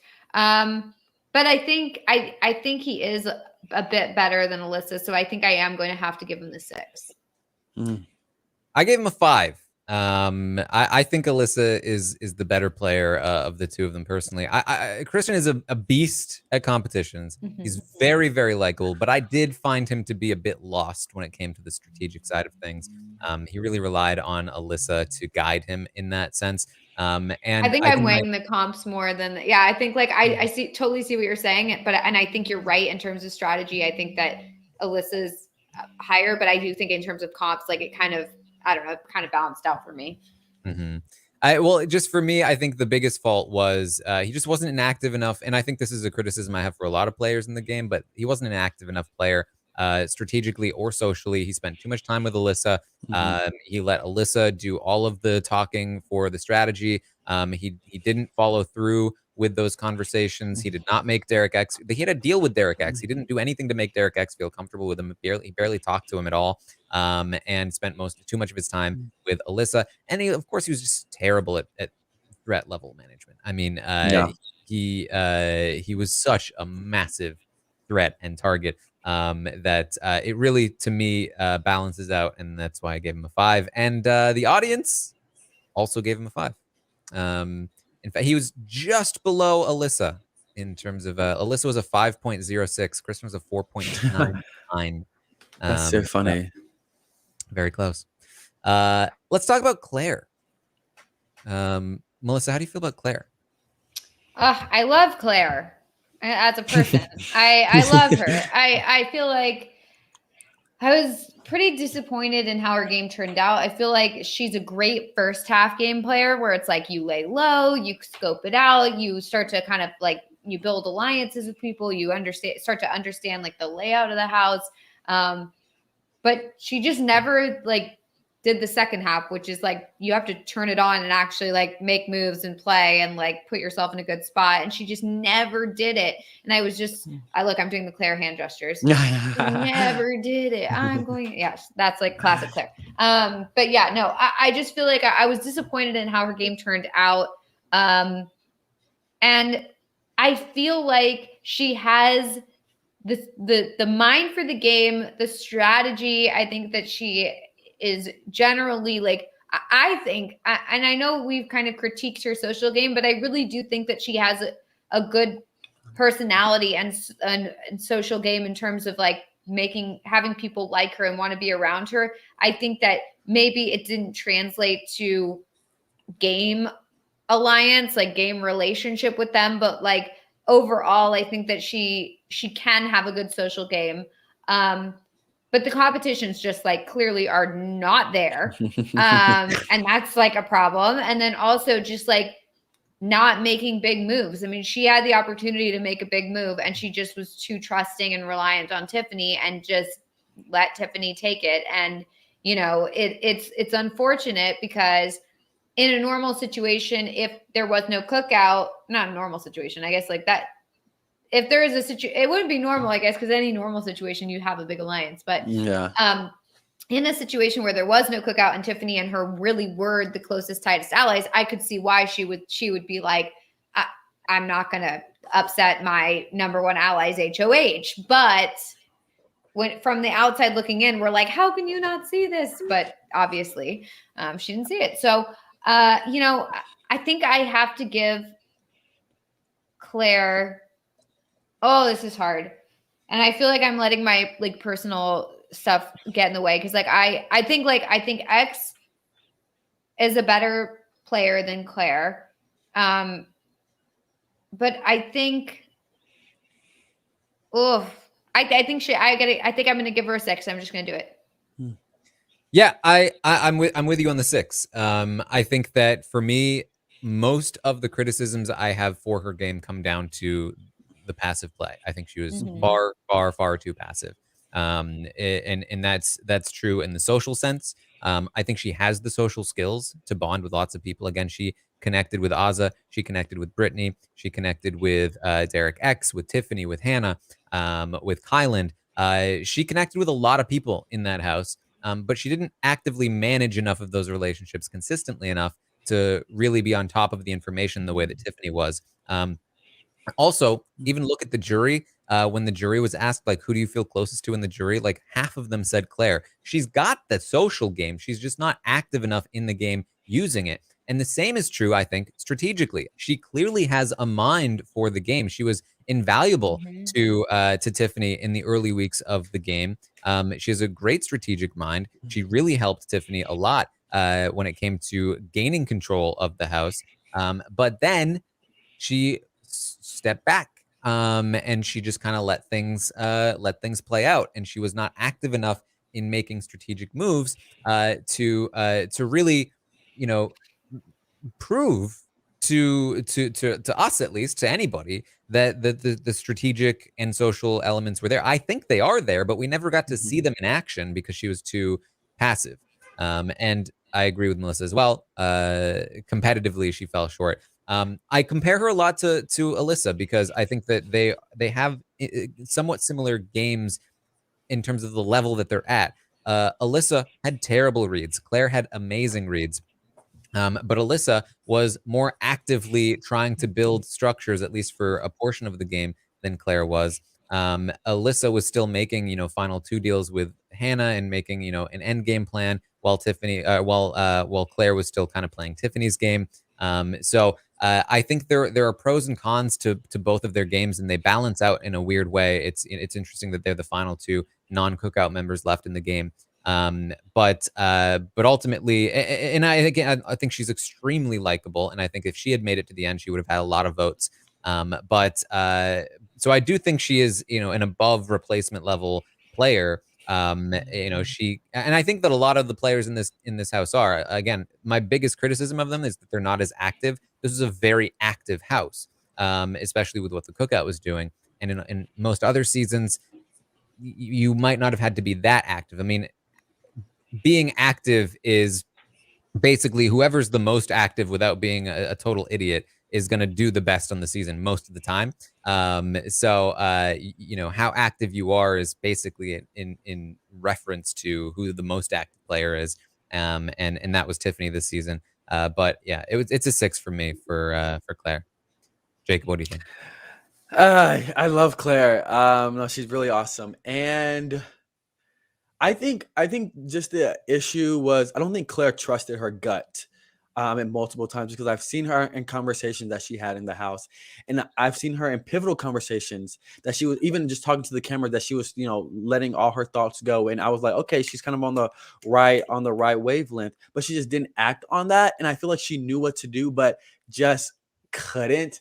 And we've seen her hint at multiple times of like the cookout, but not saying the cookout, or not, not really coming to terms with like that whole group. And I feel like that stifled, that like set her back, was just like knowing that, but not doing anything to stop that. And her as like a gamer for her.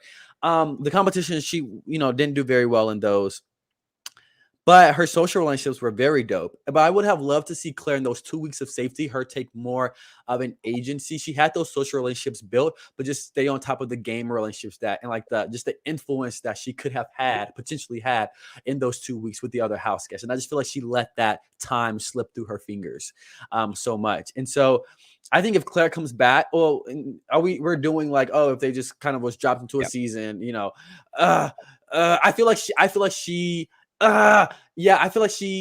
would know. I feel like she would do what she had to do in like a normal season, not knowing anything. I genuinely do. I don't know if that's just me leading by blind faith or what, but I truly believe that, because I've seen how such of a fan she is in her preseason, and even starting like different orgs like on her own time. And so it's super dope to see. But so yeah, I'm giving her I think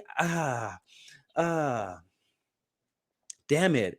I feel like damn, I have to give her a 6. I'm going to give her a 6. I'm going to give Claire a 6. Yeah. It's going to be straight 6s then, because the audience also gave Claire a 6. And I want to say as well, because I do see this. I see this sentiment a lot, that like Claire is an overrated player because she's a super fan, and people, because of that, like or are overrating her as a player.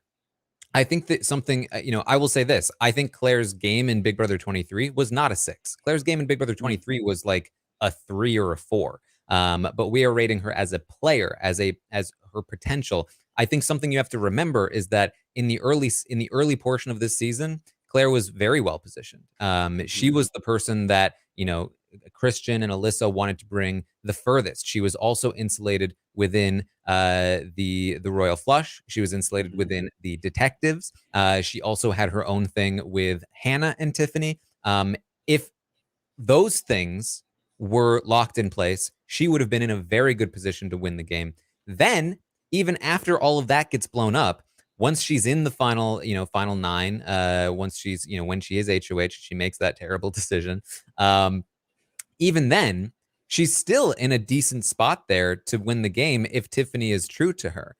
She still has Tiffany and Hannah. She's still in a spot where she is not the biggest threat. There are multiple people that she has good relationships with that would, be willing to go to the end with her in that spot. The detectives, which became, I think, the agency, was a thing. And I really do feel like she was in a good position in multiple iterations of the situation of the game. She just wasn't a part of the cookout.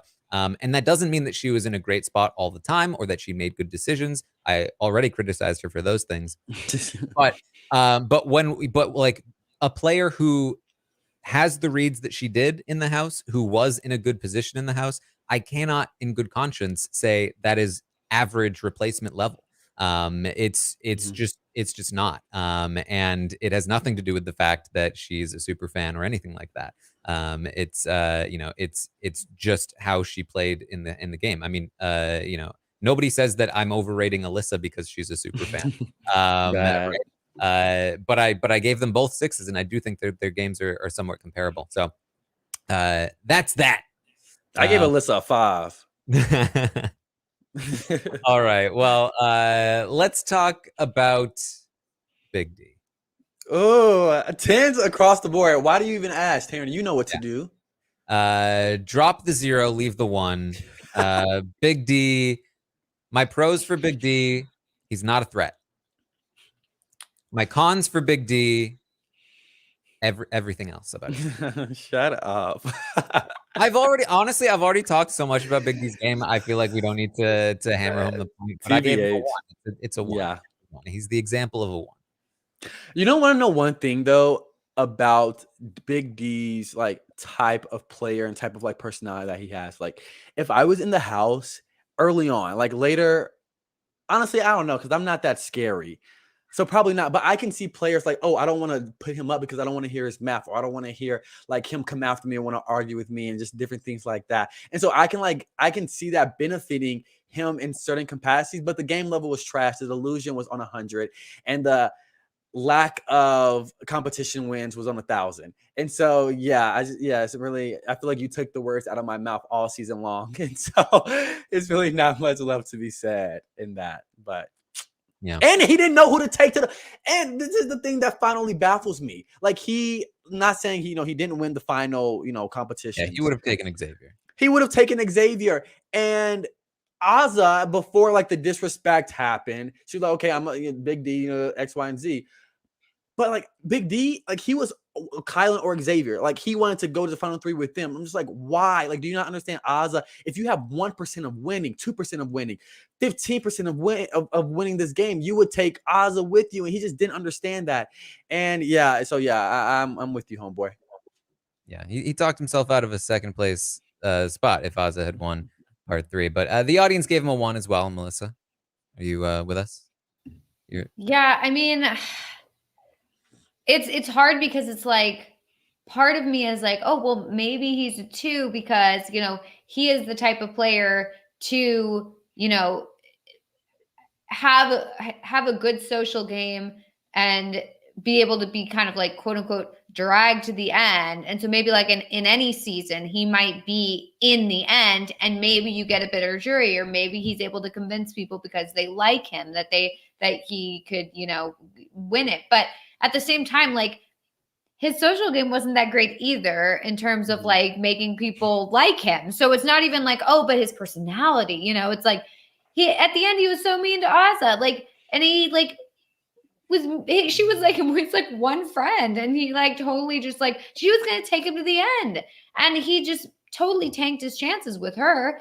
And, you know, and I think Jacob's right in the fact that like, he just like, he did not understand his position in the game at all, or like how any of them ended up where they ended up. Like he thought that he's like, Azza, if I go to the end with you, I have no chance against you. But if I go with Xavier, I have a chance. It's like, yeah, no, it's the other way around. Like you clearly have no idea what's going on. So, yeah, he didn't know what was going on, and he didn't even do anything the whole time. And not only that, like he can't win the competitions. So like, what do we have? I don't know. So yeah, I think I do have to give him a 1 as well. There you go. Let's move on to the other Derek X. Let's talk about Derek X. Jacob, why don't you start with Derek X? I feel like the most like improved person, like just the way that he was able to learn this game, it was so beautiful to see.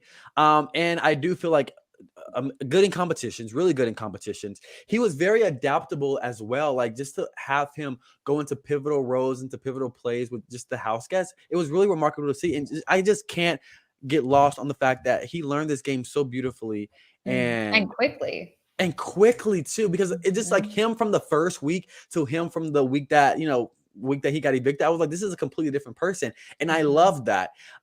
He created tight bonds with people, super tight bonds. And I think even, you know, the cookout, you know, he had to go just based off of his threat level and, you know, his likability level as well. But I do think in any other kind of season, he's able to create those bonds that are intricate to his survival in the game, and for people to want to protect him and want to keep him in the game.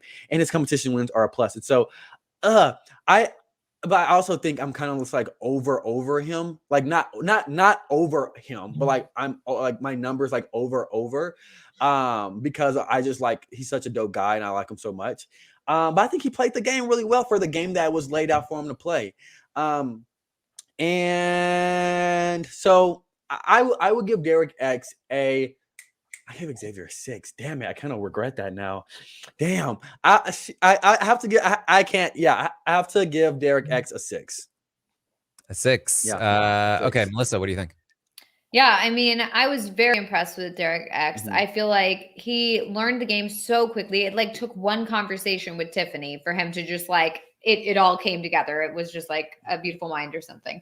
But yeah, I honestly, I was very impressed with him throughout the game. I think his social game was really good. I think that his competitions was really good. And I think that generally he was a good strategic player. I think the issue, you know, came in where he was kind of blinded to the cookout, but so was everyone else. So I think overall, I was very impressed with him. And I think on a general season, I think he could do really well. I think that it might be an issue with his threat level, just because he wins competitions all the time. People are like, yeah, he's really good. We need to get him out. I'd be worried about that. But overall, I think that his social game helps him a lot in that respect. So yeah, I honestly, I feel like I need to give him a 7. Yeah. I think for me, Derek X's biggest flaw was his lack of confidence in himself.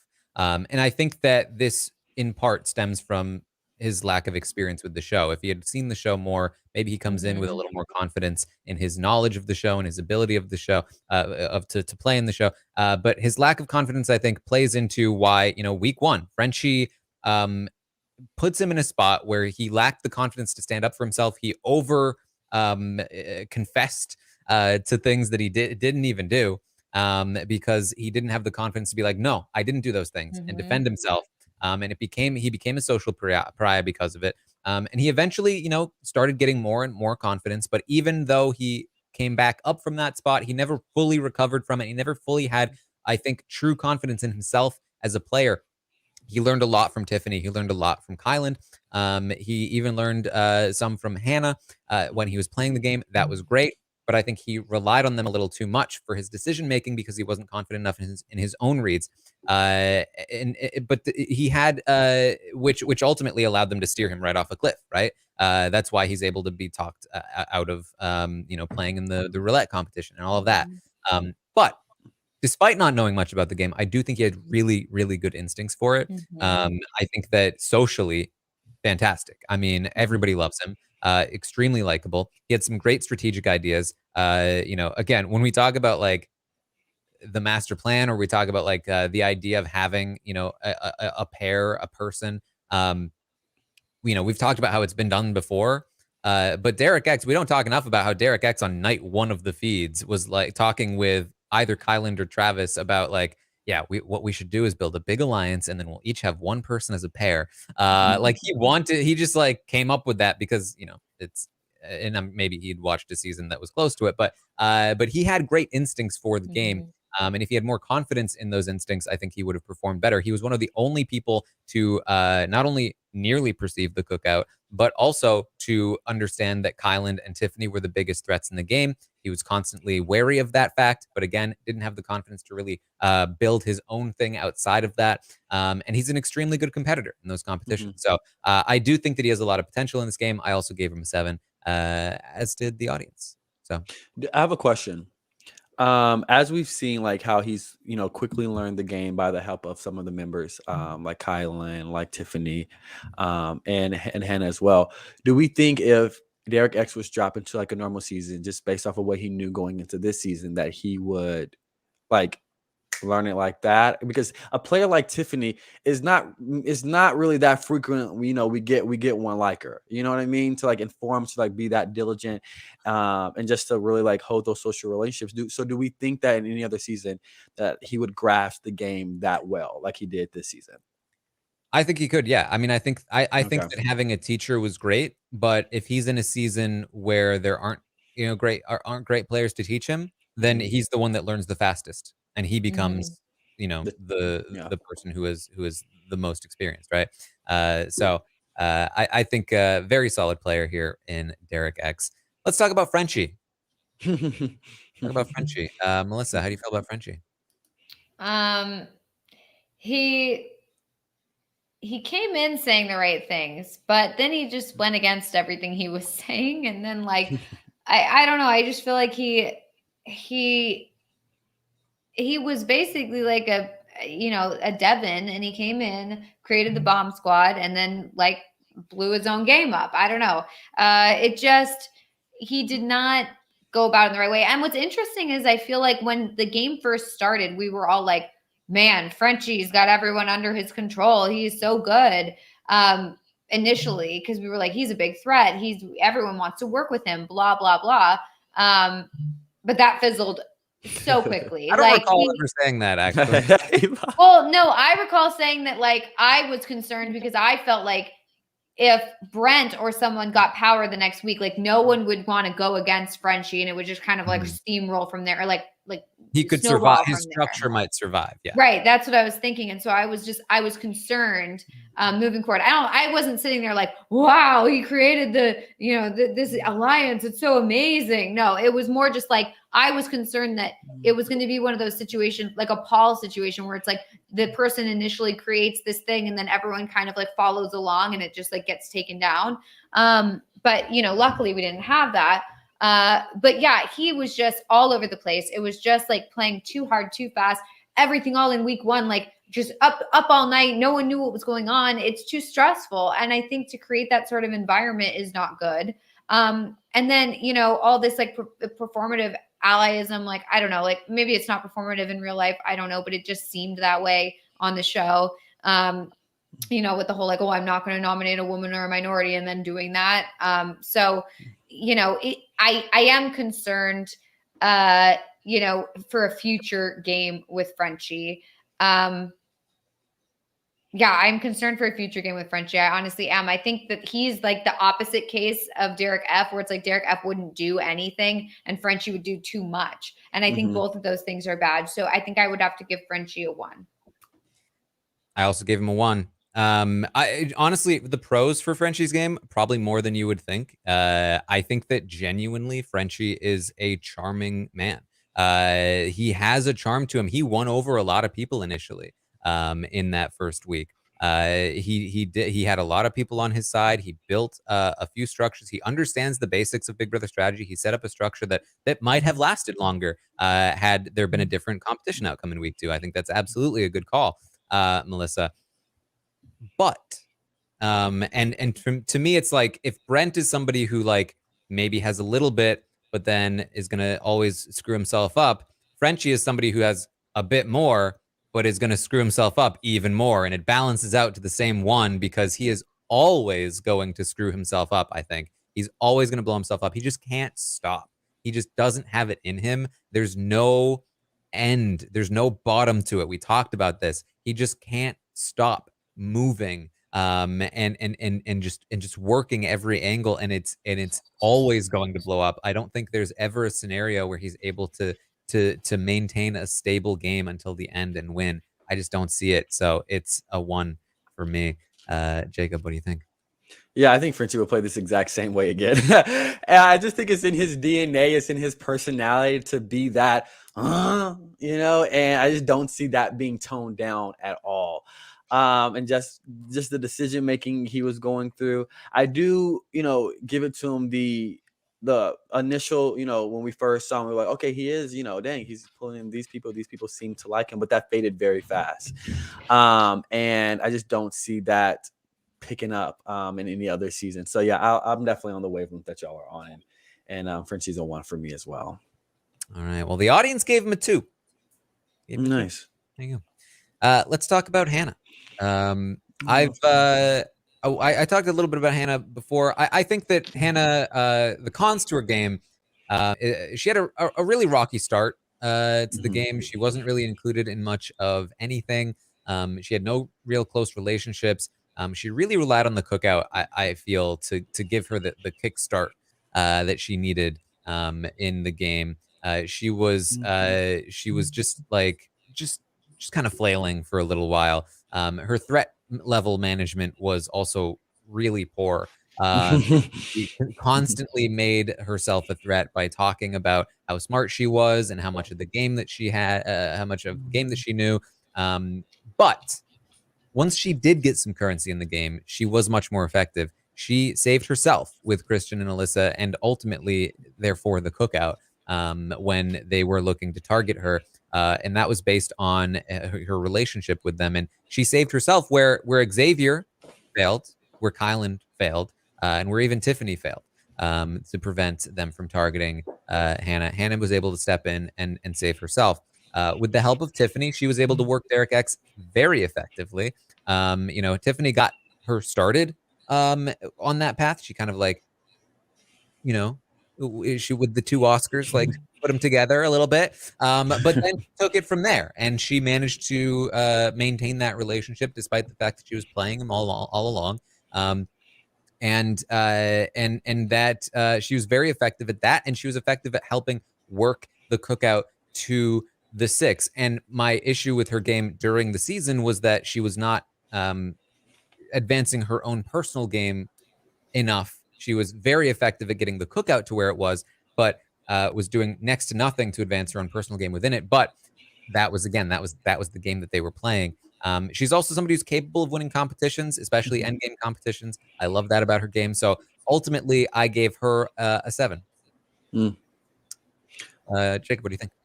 No, I gave her a 7 as well. I think Hannah, she did have a rocky start, and the cookout definitely aided in that, like helped in that process of like protecting her and providing that sense of security in that.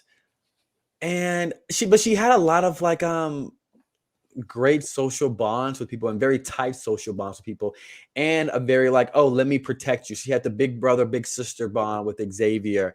She had the tight bond with Tiffany, and even she had that bond with Kylan to a certain extent. And I like how she kind of won over. Not, I don't know if it's really won over, but if she kind of got Azza to be like, okay, I can be like Team Hannah, and she's included into the cookout, and she's involved, and she's here, and everything like that. And so I really like that. And she also was very good in competition. And so I feel like in other seasons, I feel like Hannah is very flexible with people, and she can kind of maneuver her way through different game intricacies and things like that. And so I'm very like excited. I know she probably wouldn't say she wouldn't come back, but I'm very excited just to see how she does if she wasn't put in this position and was able to fight for herself, and how that would probably she would have gotten out earlier. I don't know.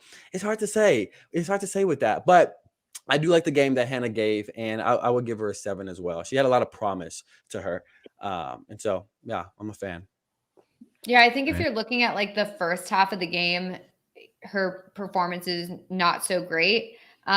Just because, she was getting targeted, and even the cookout initially was like not including her in it, which was crazy. But, I feel like I was concerned for her game in the beginning, especially because it did seem like she was kind of on the outs, like she wasn't fully like integrated within the group. But then the second half of the game, I thought she really did a great job. She really kicked it up a notch. I thought that, she won competitions. She really did a great job socially. Essentially, I kind of feel like after the week where she was able to talk herself off the block or talk herself out of being the target, I feel like after that, I was consistently impressed with her game, except for when she was so willing to give up Derek X. I was a little confused by that, I will say. And that concerned me. And then, I thought that she had made really good inroads with Azah and Tiffany. And I thought like, okay, the three of the girls, they're going to do it. They're going to be there to the end. Like, it's going to be girls versus guys because they recognize the threat. Turns out Azah did not go with that. But that's also because Azah made a really bad move on her part. So like, I don't think that's Hannah's fault. So yeah, I am impressed with Hannah. I think on any season, I think that she could do really well. I think she's great socially. I think she can win competitions. And I think she's also very, very smart and has a good head for the game. So yeah, I have to give her a 7. All right. And I really like that because this was a little too late with the final 2 approach to Azah. It was a very little too late, but I just liked how she kind of wasn't afraid to do those things. Like she had that bond with Alyssa too, which I never saw at the beginning, but like I've been told and just like watching it and stuff like that again and seeing things on Twitter, they had a really good relationship at the beginning of the season, and I feel like that played was a big part into like how they had the final 2 towards the end. And so I'm a fan of Hannah, and I just wish she would have done much more earlier to set herself up for the end game, but we're here. Yeah. All right. The audience gave Hannah a 7 as well. Is that 7 across the board? 7s across the board for Hannah. Let's talk about Kyland. Jacob, let's start with you, Kyland. What do you think about Kyland? Is a very strange one to rate. Is a very strange one to rate. His end game not very hot. I was a fan of Kylan very early on. He had a very quirky and weird way to communicate his ideas to the other house guests, but after he did, it kind of worked and it made sense to them. And so his elaborate layout of whatever scheme he was coming up with, for me, it was kind of like, homeboy, what are you doing? But at the beginning, I kind of saw it playing dividends to his game. He can win competitions. He was very strategic, and I remember it was the Derek X HOH that he kind of really had the big hand in getting Christian to leave. And while Tiffany was kind of like, I don't really know with this situation, Colin was that enforcer to kind of make that happen. And I would really give him props on that. He did a lot of things. I want to say a lot of things. He did very integral things poorly, and even the sense of, let me take Xavier to the end, which in my mind, I'm kind of just like, why? And why would you get rid of Tiffany when you're cuddled up with her, when you have that still like built-in alliance with her? Why would you get rid of her at that point when you thinking, I'm just going to go to the end with Xavier and Derek F? It just mind boggled me to the 10th degree, and I didn't understand that. But Kylan has social capital in this game. He had agency. He was an active player, and he was great at competitions. And so I can't let that fall on deaf ears. And so with all that being said, I would have to give Kylan a 7. Yeah, it's such a weird one for me. I think that on the plus side to his game, he helped run the season. I mean, easily the second most influential player in the game. He's also extremely charming. Once he has his hooks into somebody, he possesses them. I mean, he has a lot of control over the people that charm works on. And he's very good at competitions. Very effective at winning those. But I do see some cons to his game even before we talk about Goku. His long-term planning was never really his strong suit. Like even before he wanted to be Goku, his long-term play was never that solid. It was always about short-term control for Kyland. The long-term structure stuff was much more Tiffany's jam. And his endgame plans were never that great. And he was looking at potentially going to the end with Tiffany, where he would have lost. Even before he talked about Goku. He's also very ineffective when his charm did not work on somebody.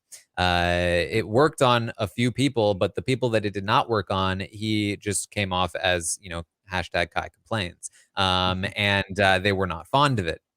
He's not good at reading the room. Because I can say that for the people he did charm, he had them, he possessed them. For the people he didn't charm, he annoyed them. Kyland didn't really know the difference. He felt like he was charming people even when he was annoying them. So whether he was succeeding or failing, he wasn't always aware of that fact. He was just not really able to read the room in that way.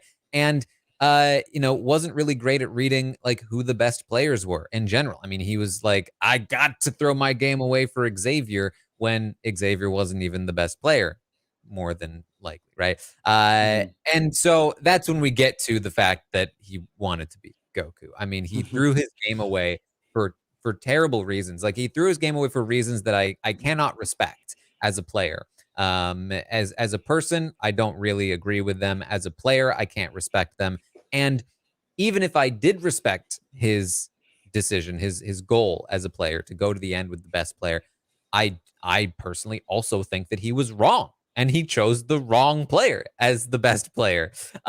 So like even in that sense, he failed. And I feel like this is who Kyland is. And if he is always, I mean, long-term thinking, do I understand long-term thinking? That is not how long-term thinking works. I thought someone was burping in my ear. that's who he seems to be in the game, and it's creepy. I have to assume that's how he's going to operate in any given season, and because of that, take away Goku, and I'm willing to give Kyland an 8. But the fact that Goku exists and everything else that happened in the season, I have put him all the way down to a 5. Wow. A 5 on Kyland. He was never going to win this game, and it's because of his own choices, even though he could have. And I think that there are more flaws than just that as well. So it's a 5 for me on Kyland. So you think his end game you think his end game like methodology overshadows how he was during like the beginning and the middle part of the game, and how he is just as a person and his mindset going into those type of situations? Because I think his beginning and middle were good but flawed, and they would put him in a position where his end game could be fantastic because he would be able to retain control of the people he had control over. He would be able to win a bunch of competitions, and he'd be able to probably win a jury vote, even though his jury management was not good. But add his good beginning and middle, but flawed beginning and middle to a disastrous end game, and I think that's where you really because the end game is where you really need to thrive if you want to be able to win the game. And he is going to actively put himself in a position to lose. Like the thing about the end game is that you need to thrive in the sense that like you need to be able to win. You need to be able to get lucky and win. That's why Big D, I think, always going to be a 1 to me. Frenchie, like these are people that will actively lose themselves the game, even if they get lucky. And I think that Kyland is nearly in that same spot where even if he gets lucky, he's still going to find a way to lose because he's going to find a way to get to the end in a losing position based on how he played this game and based on the way that he seems to operate in these games. So that is the frustrating part for me. But Melissa, what do you think?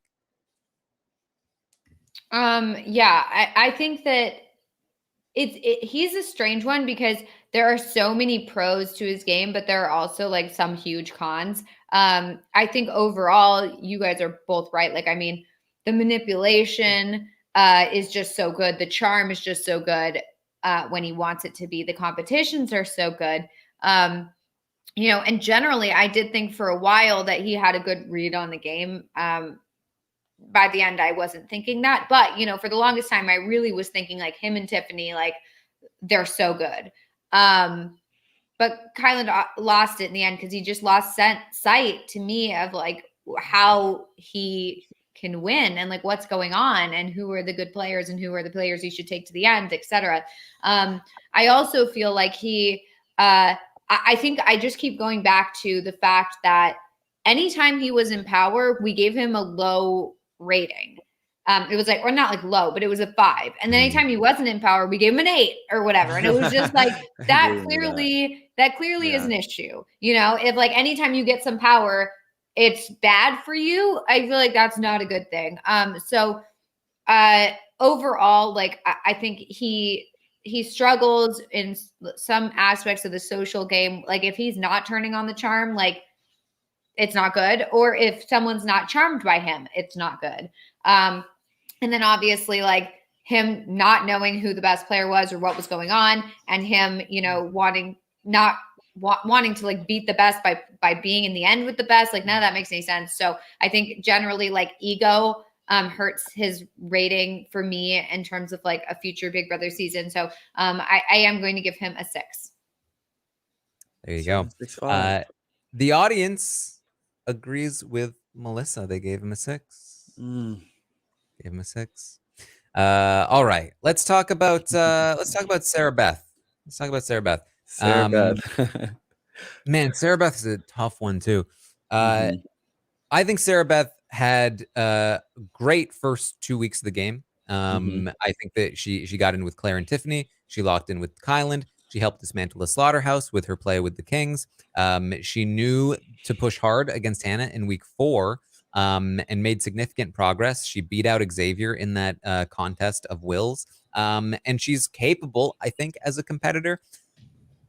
But after that great start in the game, she intentionally fell back.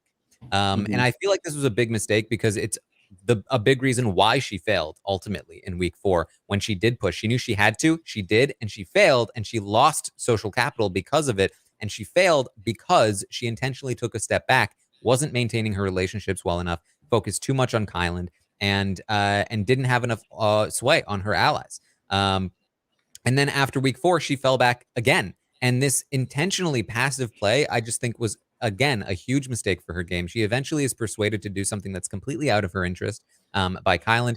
I feel like she had very bad reads throughout the game. Even in the beginning, she was given a lot of information by Kyland, but her read of the house was still very poor. She consistently didn't trust people that she should trust and trusted people that she shouldn't. And to me, that led to a 5 overall for me. But my biggest issue here is that her passive play was not just passive play. It was a choice. She actively wanted to play a more passive game. She got control and she gave it up because she didn't want it. And that tells me that consistently, if she plays the game over and over, she's going to actively make the choice to make that mistake every time. And for that reason, I'm pretty low on Sarah Beth. And now I'm not, I think Sarah Beth seems like a great person. She seems like she is, I loved her in the jury. She seems like she's very fun outside of the house, but as a player, I'm probably much lower on her than maybe a lot of people. I gave her a 4. I was feeling like you was going to go towards that number, but even you, I know you made the point about like, okay, she was pushing for Hannah, which she should have for her own personal game. She should have done that, but like, I feel like she was just pushing too hard and she didn't know when to stop at a certain point, and she didn't know, okay, let me just bite this bullet. And I feel like her continuing that push hurt her game relationships to a certain extent, and her lack of keeping up with the connection that she already built. Like she had Hannah and she had Claire and Tiffany in that Jackpot Alliance or whatever alliance name they gave. Jackpot Alliance. And she just kind of never kept up with that until like it was like kind of like the very end of her own HOH. And it was kind of like, oh, what is that? And even I remember when she was on the block and then Tiffany came up, Tiffany came up to her on the HOH bed saying, hey, count your blessings. I'm going to keep them. She was like, oh, thank you. I'm like, when you were on the block, you weren't even going out of your way to really talk to anyone besides Kyle. I remember the longest hug that any person in the world has ever seen took place that week. The hammock staying, like it was so much, like when she was on the block, she didn't go home this week, but it's just honestly due to the layout of who they saw going home which week. But she just did nothing for her game after I feel like, yeah, what you said, like the first like two weeks. And so I'm a little higher on her just because, like, okay, you say that, okay, it wasn't passive. It was her knowing what she was doing and her just being like, okay, I don't want this. Yeah, there was a moment in week 2 after she dismantled the slaughterhouse and she felt like, her and Kyland were in a much better position. She said to the cameras, I'm going to take a step back now. Kyland and I should just take a step back and not play so hard anymore. And it was a conscious choice that she made. And I feel like it was just such a mistake. With that being said, I feel like if she does come back, I still feel like on that same wavelength that she'll probably have that same approach. She'll probably have that same approach, and I just don't know if she'll be tied to like another person like she was this season. Because her and Kyland were like an odd pairing, but it worked, I do think she's somebody that could learn. And that if she came back with the knowledge of her first game, she could do better. I do think. Well, she won't have that knowledge by the rankings that we're going by. So yeah, and like again, like to talk about the reads, I mean, she spent like 6 or 7 weeks in the game thinking that Tiffany liked her and was on her side when she wasn't. Like from week 3, Tiffany was very anti-SB and she never knew it until basically Tiffany's HOH when she sent her home. But Melissa, what do you think? Yeah, I really liked Sarah Beth at the beginning. I mean, obviously, like I like her as a person, blah, blah, blah. But in terms of game, I liked her a lot at the beginning and I was so impressed with her. And I felt like she really knew what was going on. And I think when they made the Jackpot Alliance, I was like, oh, these 3, they're so good. I'm so excited to see what they can do. And they just like didn't do anything. And like, it felt like Tiffany and Claire continued that relationship, but Sarah Beth, like you guys said, just like didn't try to manage that. And then she became HOH and like brought it up again when the other girls were like, oh, is that even a thing? Although to be fair, I think she brought it up to just like get more info out of them. I don't think she brought it up because she was like, you guys are actually my allies. But like, I think that if she had just maintained that relationship instead of focusing solely on Kai, I think that it would have been better for her. And I think like Scott in the chat, like I think called it accurately, when he said that was Sarah Beth's downfall, letting her other relationships go at the expense of Kyland, who was a terrible ally for her. Which I think is accurate. I think that her relationship with Kyland was her downfall. And the fact that she kind of just solely focused on that. And then not only that, let him completely control her HOH. I felt like I was very upset that, that she just kind of just let him take over and just did what he wanted. And it really wasn't best for her game, but she trusted him and she put too much trust in him. So I think overall, I think she might struggle on a future season. But I also think that she did do well in some competitions. She wasn't a total flop when it came to competitions. She won a few, and I think generally she's very smart. And so I think you guys are right in that she would be able to learn and pick it up coming back another season. Although if that's not what we're going by, then like can't really count that. Factoring it a little bit. I mean, sometimes people play more than once, right? But it's not the main factor. Yeah, exactly. Sarah being coming back. I don't know. I think that she could have been a great player, but she let her relationship with Kylan get in the way. And so I think because of that, and I mean, I guess like it's one of those things where it's like, well, she might play another season. Kylan's not going to be there, but I'd be concerned for her having a relationship like that with someone else, or like letting her other relationships like fall to the wayside and kind of just relying on at one point we had a good conversation Mhm. to like carry through when it's not about that. It's about maintenance. So, I think I have, I'm between a 5 and a 6, to be honest, because I do believe that she is smart enough to do better. But I think I'm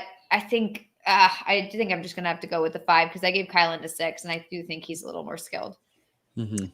All right. Well, the audience gave her 5. So there you go. Let's talk about Tiffany. Let's talk about Tiffany finally. The queen. The queen. Okay. So first of all, I need to talk about the faults in Tiffany's game, right? Because she's a flawed player, as great as she is. And I think that obviously a big con to her game is the fact that she chose a suboptimal path to the end. Now, here's the thing: I don't hold it against her as a player that she decided to go with the cookout in that path, right? That is something that happened outside the game. It's a very unique circumstance that in most seasons would not exist. And so the problem with it is that it does limit our knowledge of how things would have gone had she not chosen that path, right? So that's where like you unfortunately, for as much as we think she would have done better if she hadn't worked the cookout angle, we don't really know for sure because we weren't able to see it. But I do think she would have done better. So I do think so. Somewhat attached to this, I think that one of the bigger flaws in Tiffany's game is that she let her social game slip with members of the cookout. But again, for me, this one is a con that has the same level of uncertainty because I don't know if that con would have existed if the cookout hadn't existed. Because in this particular situation, she was working with the cookout. I think she was frustrated that she was sometimes limited by that, and I think that frustration was sometimes taken out on other members of the cookout. I think that the fact that that specific kind of alliance existed in the way that it did sort of like took her outside of the game and how she would normally interact with other players in the game. Everybody outside of the cookout loved her. There was not a single person outside of the cookout that didn't love Tiffany. And that to me does indicate that there's some validity to my theory that it was something specific to the cookout and the alliance that she had with them that limited her social game with those people in particular. I think the true big fault here, the one thing that I would say is going to remain with her no matter what, excluding the cookout, is I think that she is too loyal of a player. I think her loyalty is probably her biggest fault. She genuinely wanted to help the people that were most loyal to her, the people that she liked the most, even if it cost her some win equity in the game. Again, disregarding the cookout. And that's something that I could see really coming back to bite her, especially because she is the kind of player who is going to have some difficulty getting to the final two. I think that she needs to play a very clean game, not giving up her advantages because she has those advantages. I think she needs all of them to get to the end. And I think she's the kind of player that is willing to give some inches to people that she likes because she wants them to do well and she feels like she has those inches. But I don't know that she always does. So I think that's a flaw to her game. I also think she is prone to making impulsive decisions. Like when she brought the aces in to target the kings right before changing her mind and sticking with the cookout, or winning that final 8 HOH when she really probably shouldn't have. And again, getting into arguments with other members of the cookout. I think those sort of impulsive decisions were definitely flaws to her game. However, she's incredible. I mean, her social game is amazing. People compare her to Vanessa because she is a flawed player and she was very strategic and she did make sort of like these seemingly erratic moves at times. But I don't think that she plays a Vanessa game. Vanessa, her social game was very, very locked into the strategy and incentives and all of that. Tiffany is a social player at heart. I mean, she gets people. She inspires love and loyalty on a level that Vanessa would never be able to accomplish. Strategically, she might not be like quite at the Vanessa like top tier, absolute best of the best, but she is very, very, very good strategically, head and shoulders above anybody else this season. and certainly the rest of the cookout, actively creating relationships and structures, facades to control the flow of information in the house. She was doing so much all the time, and it was always very successful. She wasn't always able to get her way to the letter, to the T, but she was able to get enough of her way that it didn't matter consistently. She's an extremely active player, which I think is a very, very good thing, especially for a player like her. She is also capable of winning competitions, more so than we initially thought when she was coming in. And all of this, again, without even mentioning the fact that she comes in as the oldest player in the house. And historically, that is the worst position to come into the game as. The worst possible person you can be in a house in Big Brother is the oldest person on the cast. And especially if it's by, upwards of like 10 plus years. And she was able to completely negate that disadvantage. She was able to completely overcome it, to the point where nobody even talks about it. It almost feels insulting to bring it up because it's just not even what, I mean, she's in reality, obviously 22. So it's really not that big of a thing. But just an incredible performance this season. I think she has so much skill in this game. And I gave her, I think that she could be a 10. But the flaws that I mentioned, plus the fact that unfortunately we can't really see the final outcome of what she might have been able to do, I gave her a 9.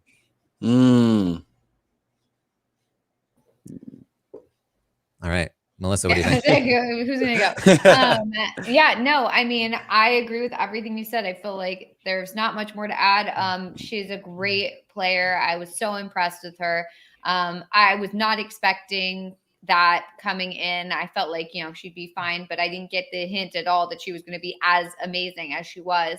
I was constantly impressed with her. I think even just like the first week, essentially, like with her figuring out the whole slaughterhouse thing and Frenchie and everybody and just like clocking everyone. And then honestly, it did feel like throughout the season, whoever Tiffany wanted to go home was going to go home until the end, like until you got to the end game, like until jury or whatever, like basically pre-jury, she was controlling the whole thing. And then, it kind of flipped around and that was unfortunate, but yeah, I mean, I was just so impressed with her and her social game. I mean, just so good. So everyone loved her. Everyone wanted to, like hang out with her. At least like I want to hang out with her. She's so fun and she's funny. I mean, you really can't ask for that much more in a Big Brother player, like entertaining and also very strategic and intelligent. And she won competitions. I mean, she just is an all around great player. Yes, obviously there are flaws. As with any player, but I think the pros way outweigh the cons with her. And so I feel comfortable giving her a 9. I love that. Yeah, I'm going to give her a 9 as well. I think Tiffany definitely impressed me from the preseason. Just because I didn't expect it. I really didn't expect any of what she came into this house and did. And she definitely kept up with the young kids of the season. And we saw her strategy. We saw her social plays come into play. And we saw her competitions. But kind of like what Taran said, one of the faults of Tiffany that I think she could have done a better job at. And I know you put like if the cookout wasn't a thing, then like, how would it kind of really matter in that sense? But I just think and wish that she could have controlled her like frustrations or annoyance, or just like negative emotions better towards different people and kind of just like put a face on to those people and just like, okay, like we're all good. I'm hearing you out, and just like actually like hear them and not just like, okay, this is what we're doing, kind of dumbing down their thoughts or their mindsets going into the conversation. And I feel like she did that with a couple of the house guests this season, which I don't think it helped her any dividends. And so, but yeah, Tiffany, like far beyond many of the house guests this season. And she proved on why she is definitely, I feel like, a face of Big Brother 23. And yeah, it was exciting to watch. All right. The audience also gave Tiffany a 9. So straight 9s there for That's Tiffany. impressive that the audience even did it. Yeah. There you go. let's quickly run through our final two players here. Travis, I can tell you the audience gave Travis a 2. I gave him a 3. I'm usually a little bit more generous on the players that we saw very little of. Generous in the sense that, like, I'm not going to overly punish them. I just haven't seen enough of them. I don't think it was really his fault that much that he got evicted first. It kind of like was, past the buck, and it just landed on Travis. He seemed likable, but he wasn't like a super effective campaigner. And the main detraction here for Travis was that his own ally sacrificed him in week 1. So like that's what got him a 3 for me. Well, what do you guys think? Yeah, I mean, I agree. I think probably a 3. It's hard to tell. I think that generally, I think that I liked that he didn't give up and he kept campaigning.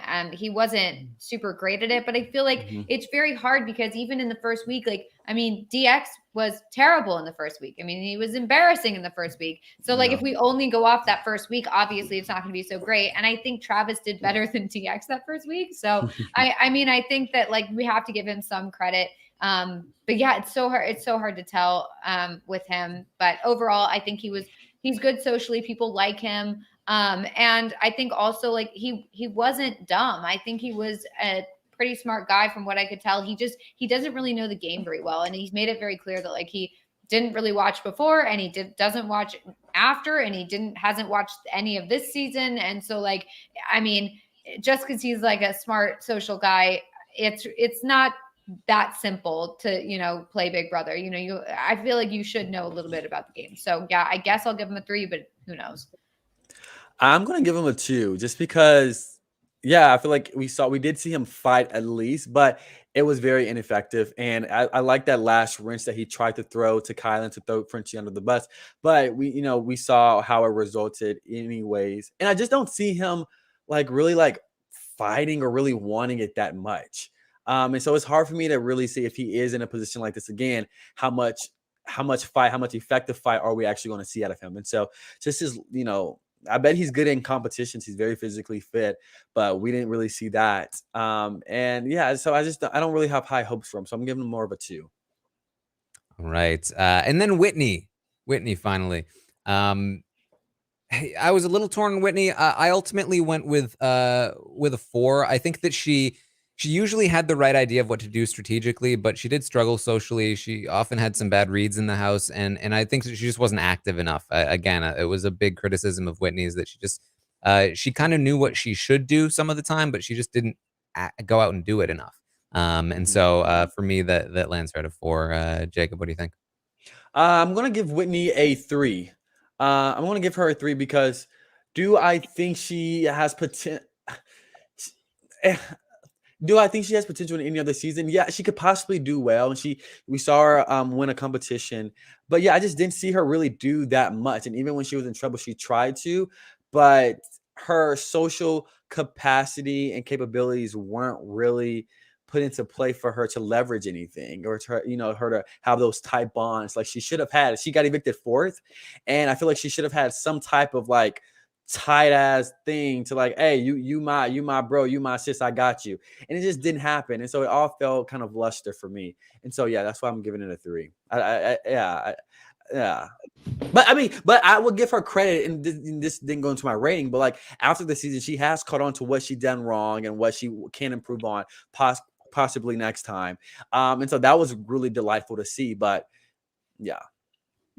Yeah, I feel like I feel the same way as Jacob. I'm going to give her a 3. I think that like we kind of saw what she was capable of, and while she did do some good social work and some good strategic work, it just like wasn't enough, and it just didn't cover it. And I don't know if on a future season with a different cast it would be enough either. Like I don't know if I see it. So yeah, I mean, as much as I like Whitney as a person, I just feel like she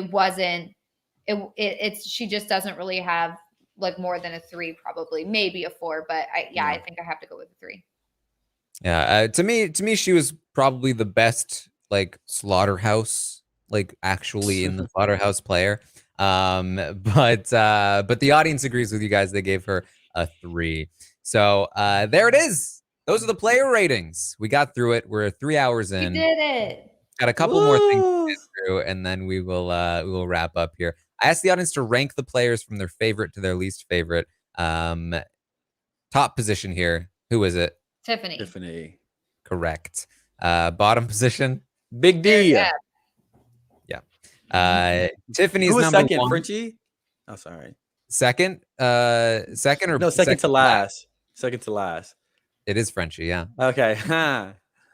Derek X is second place, followed by Claire in third place, then Hannah in fourth place, Alyssa in fifth place, Azza in sixth place, Christian in seventh place, Xavier in eighth place, Brittany in ninth place, Sarah Beth is 10th, Whitney is 11th, Kyland is 12th, Travis is 13th, Brent is 14th, Frenchie is 15th, and Big D at the bottom, 16th. I think also postseason content is changing the ratings a little bit, probably just because some people are more involved and being more funny and open and social. And sorry, the dogs are playing in the background.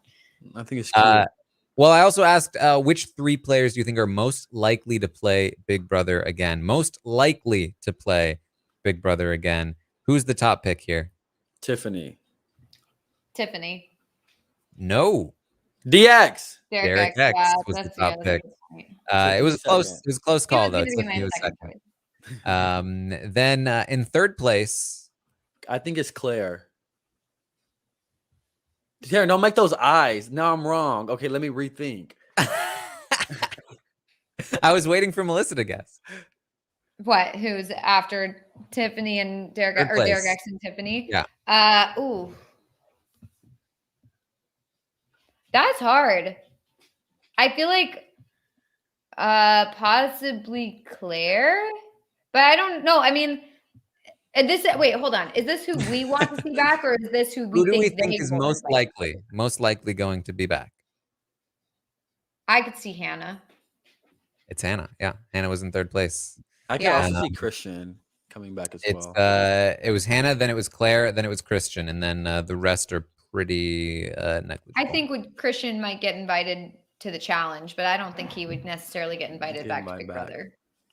Yeah, I mean, we kind of saw what he could do on Big Brother. I don't think he would do really well in the competition wise, but I don't know anything about the challenge. He doesn't seem like a frat daddy, and I feel like a lot of people on the challenge are like frat daddies, like, yeah, let's chug it back, baby. Like, you know what I mean? He could be that type, but he just seems nice and pure.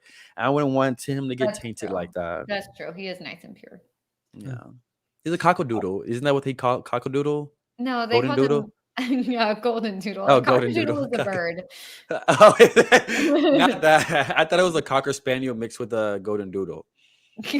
All right. Well, one final thing to talk about is the stock watch. We have final results in the stock watch.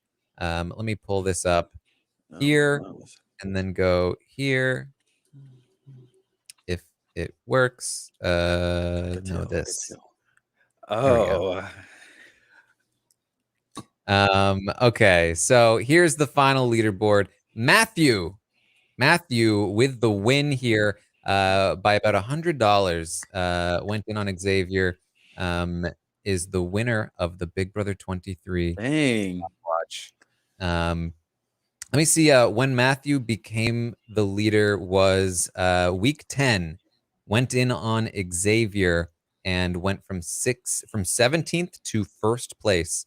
And then he held that first place position for 1, 2, 3 weeks to capture the win. So there you go, Matthew. I fell just outside the top 1% here again, which is the same thing that happened to me in BB22 in 53rd place here. I also went to Xavier here.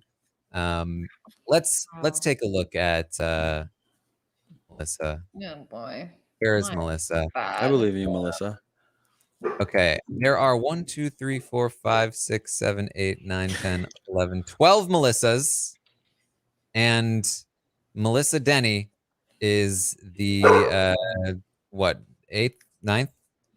1, 2, 12, 11, 10, 9, Still above 8. Melissa's Denny's. Still above Melissa's Denny's. The Yeah. Wait, eighth what place about Melissa. there's that other, the worst Melissa or the best Melissa or whatever it was. Remember we found that one? There's Oh, I another don't know. account. I don't remember what it was, but yeah, maybe I beat that person. I don't know. Look, here's the thing: is the only reason I have any money left is literally because I forgot to buy or do anything for like 5 weeks. So that's a Oh, lesson for you. excuses. That's a lesson for you. Excuses. It's better to do nothing than it is to do something. Something at all. How did Jacob do here? Jacob Jones, you'll find me. Jacob Jones, the fifth best Jacob. Mm. In the Top 75.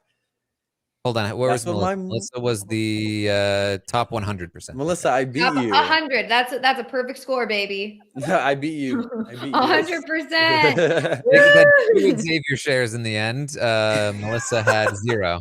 Oh jeez. Yeah, I had Azza. I went all in on Azza. Oh, Did you really? gosh. Yeah, and if she had won, well, Yeah. You would have been banking, baby. I would have been in like Flynn. Let's take a look at what this has done to the all-time leaderboard. As there might be, I'm sure there are some changes here as people have gone up and down on the leaderboard. What a fun season of the Stock Watch, though. I hope you guys enjoyed playing. I think we had a good time. The Survivor Stock Watch is being rated right now. The website is not up for it yet, but we are working on it.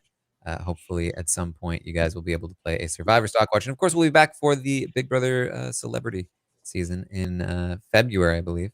Woo. I'm so excited. All right. So KD in the lead here. I think KD took the lead over Liv this season. Although I don't think either of them got a badge here.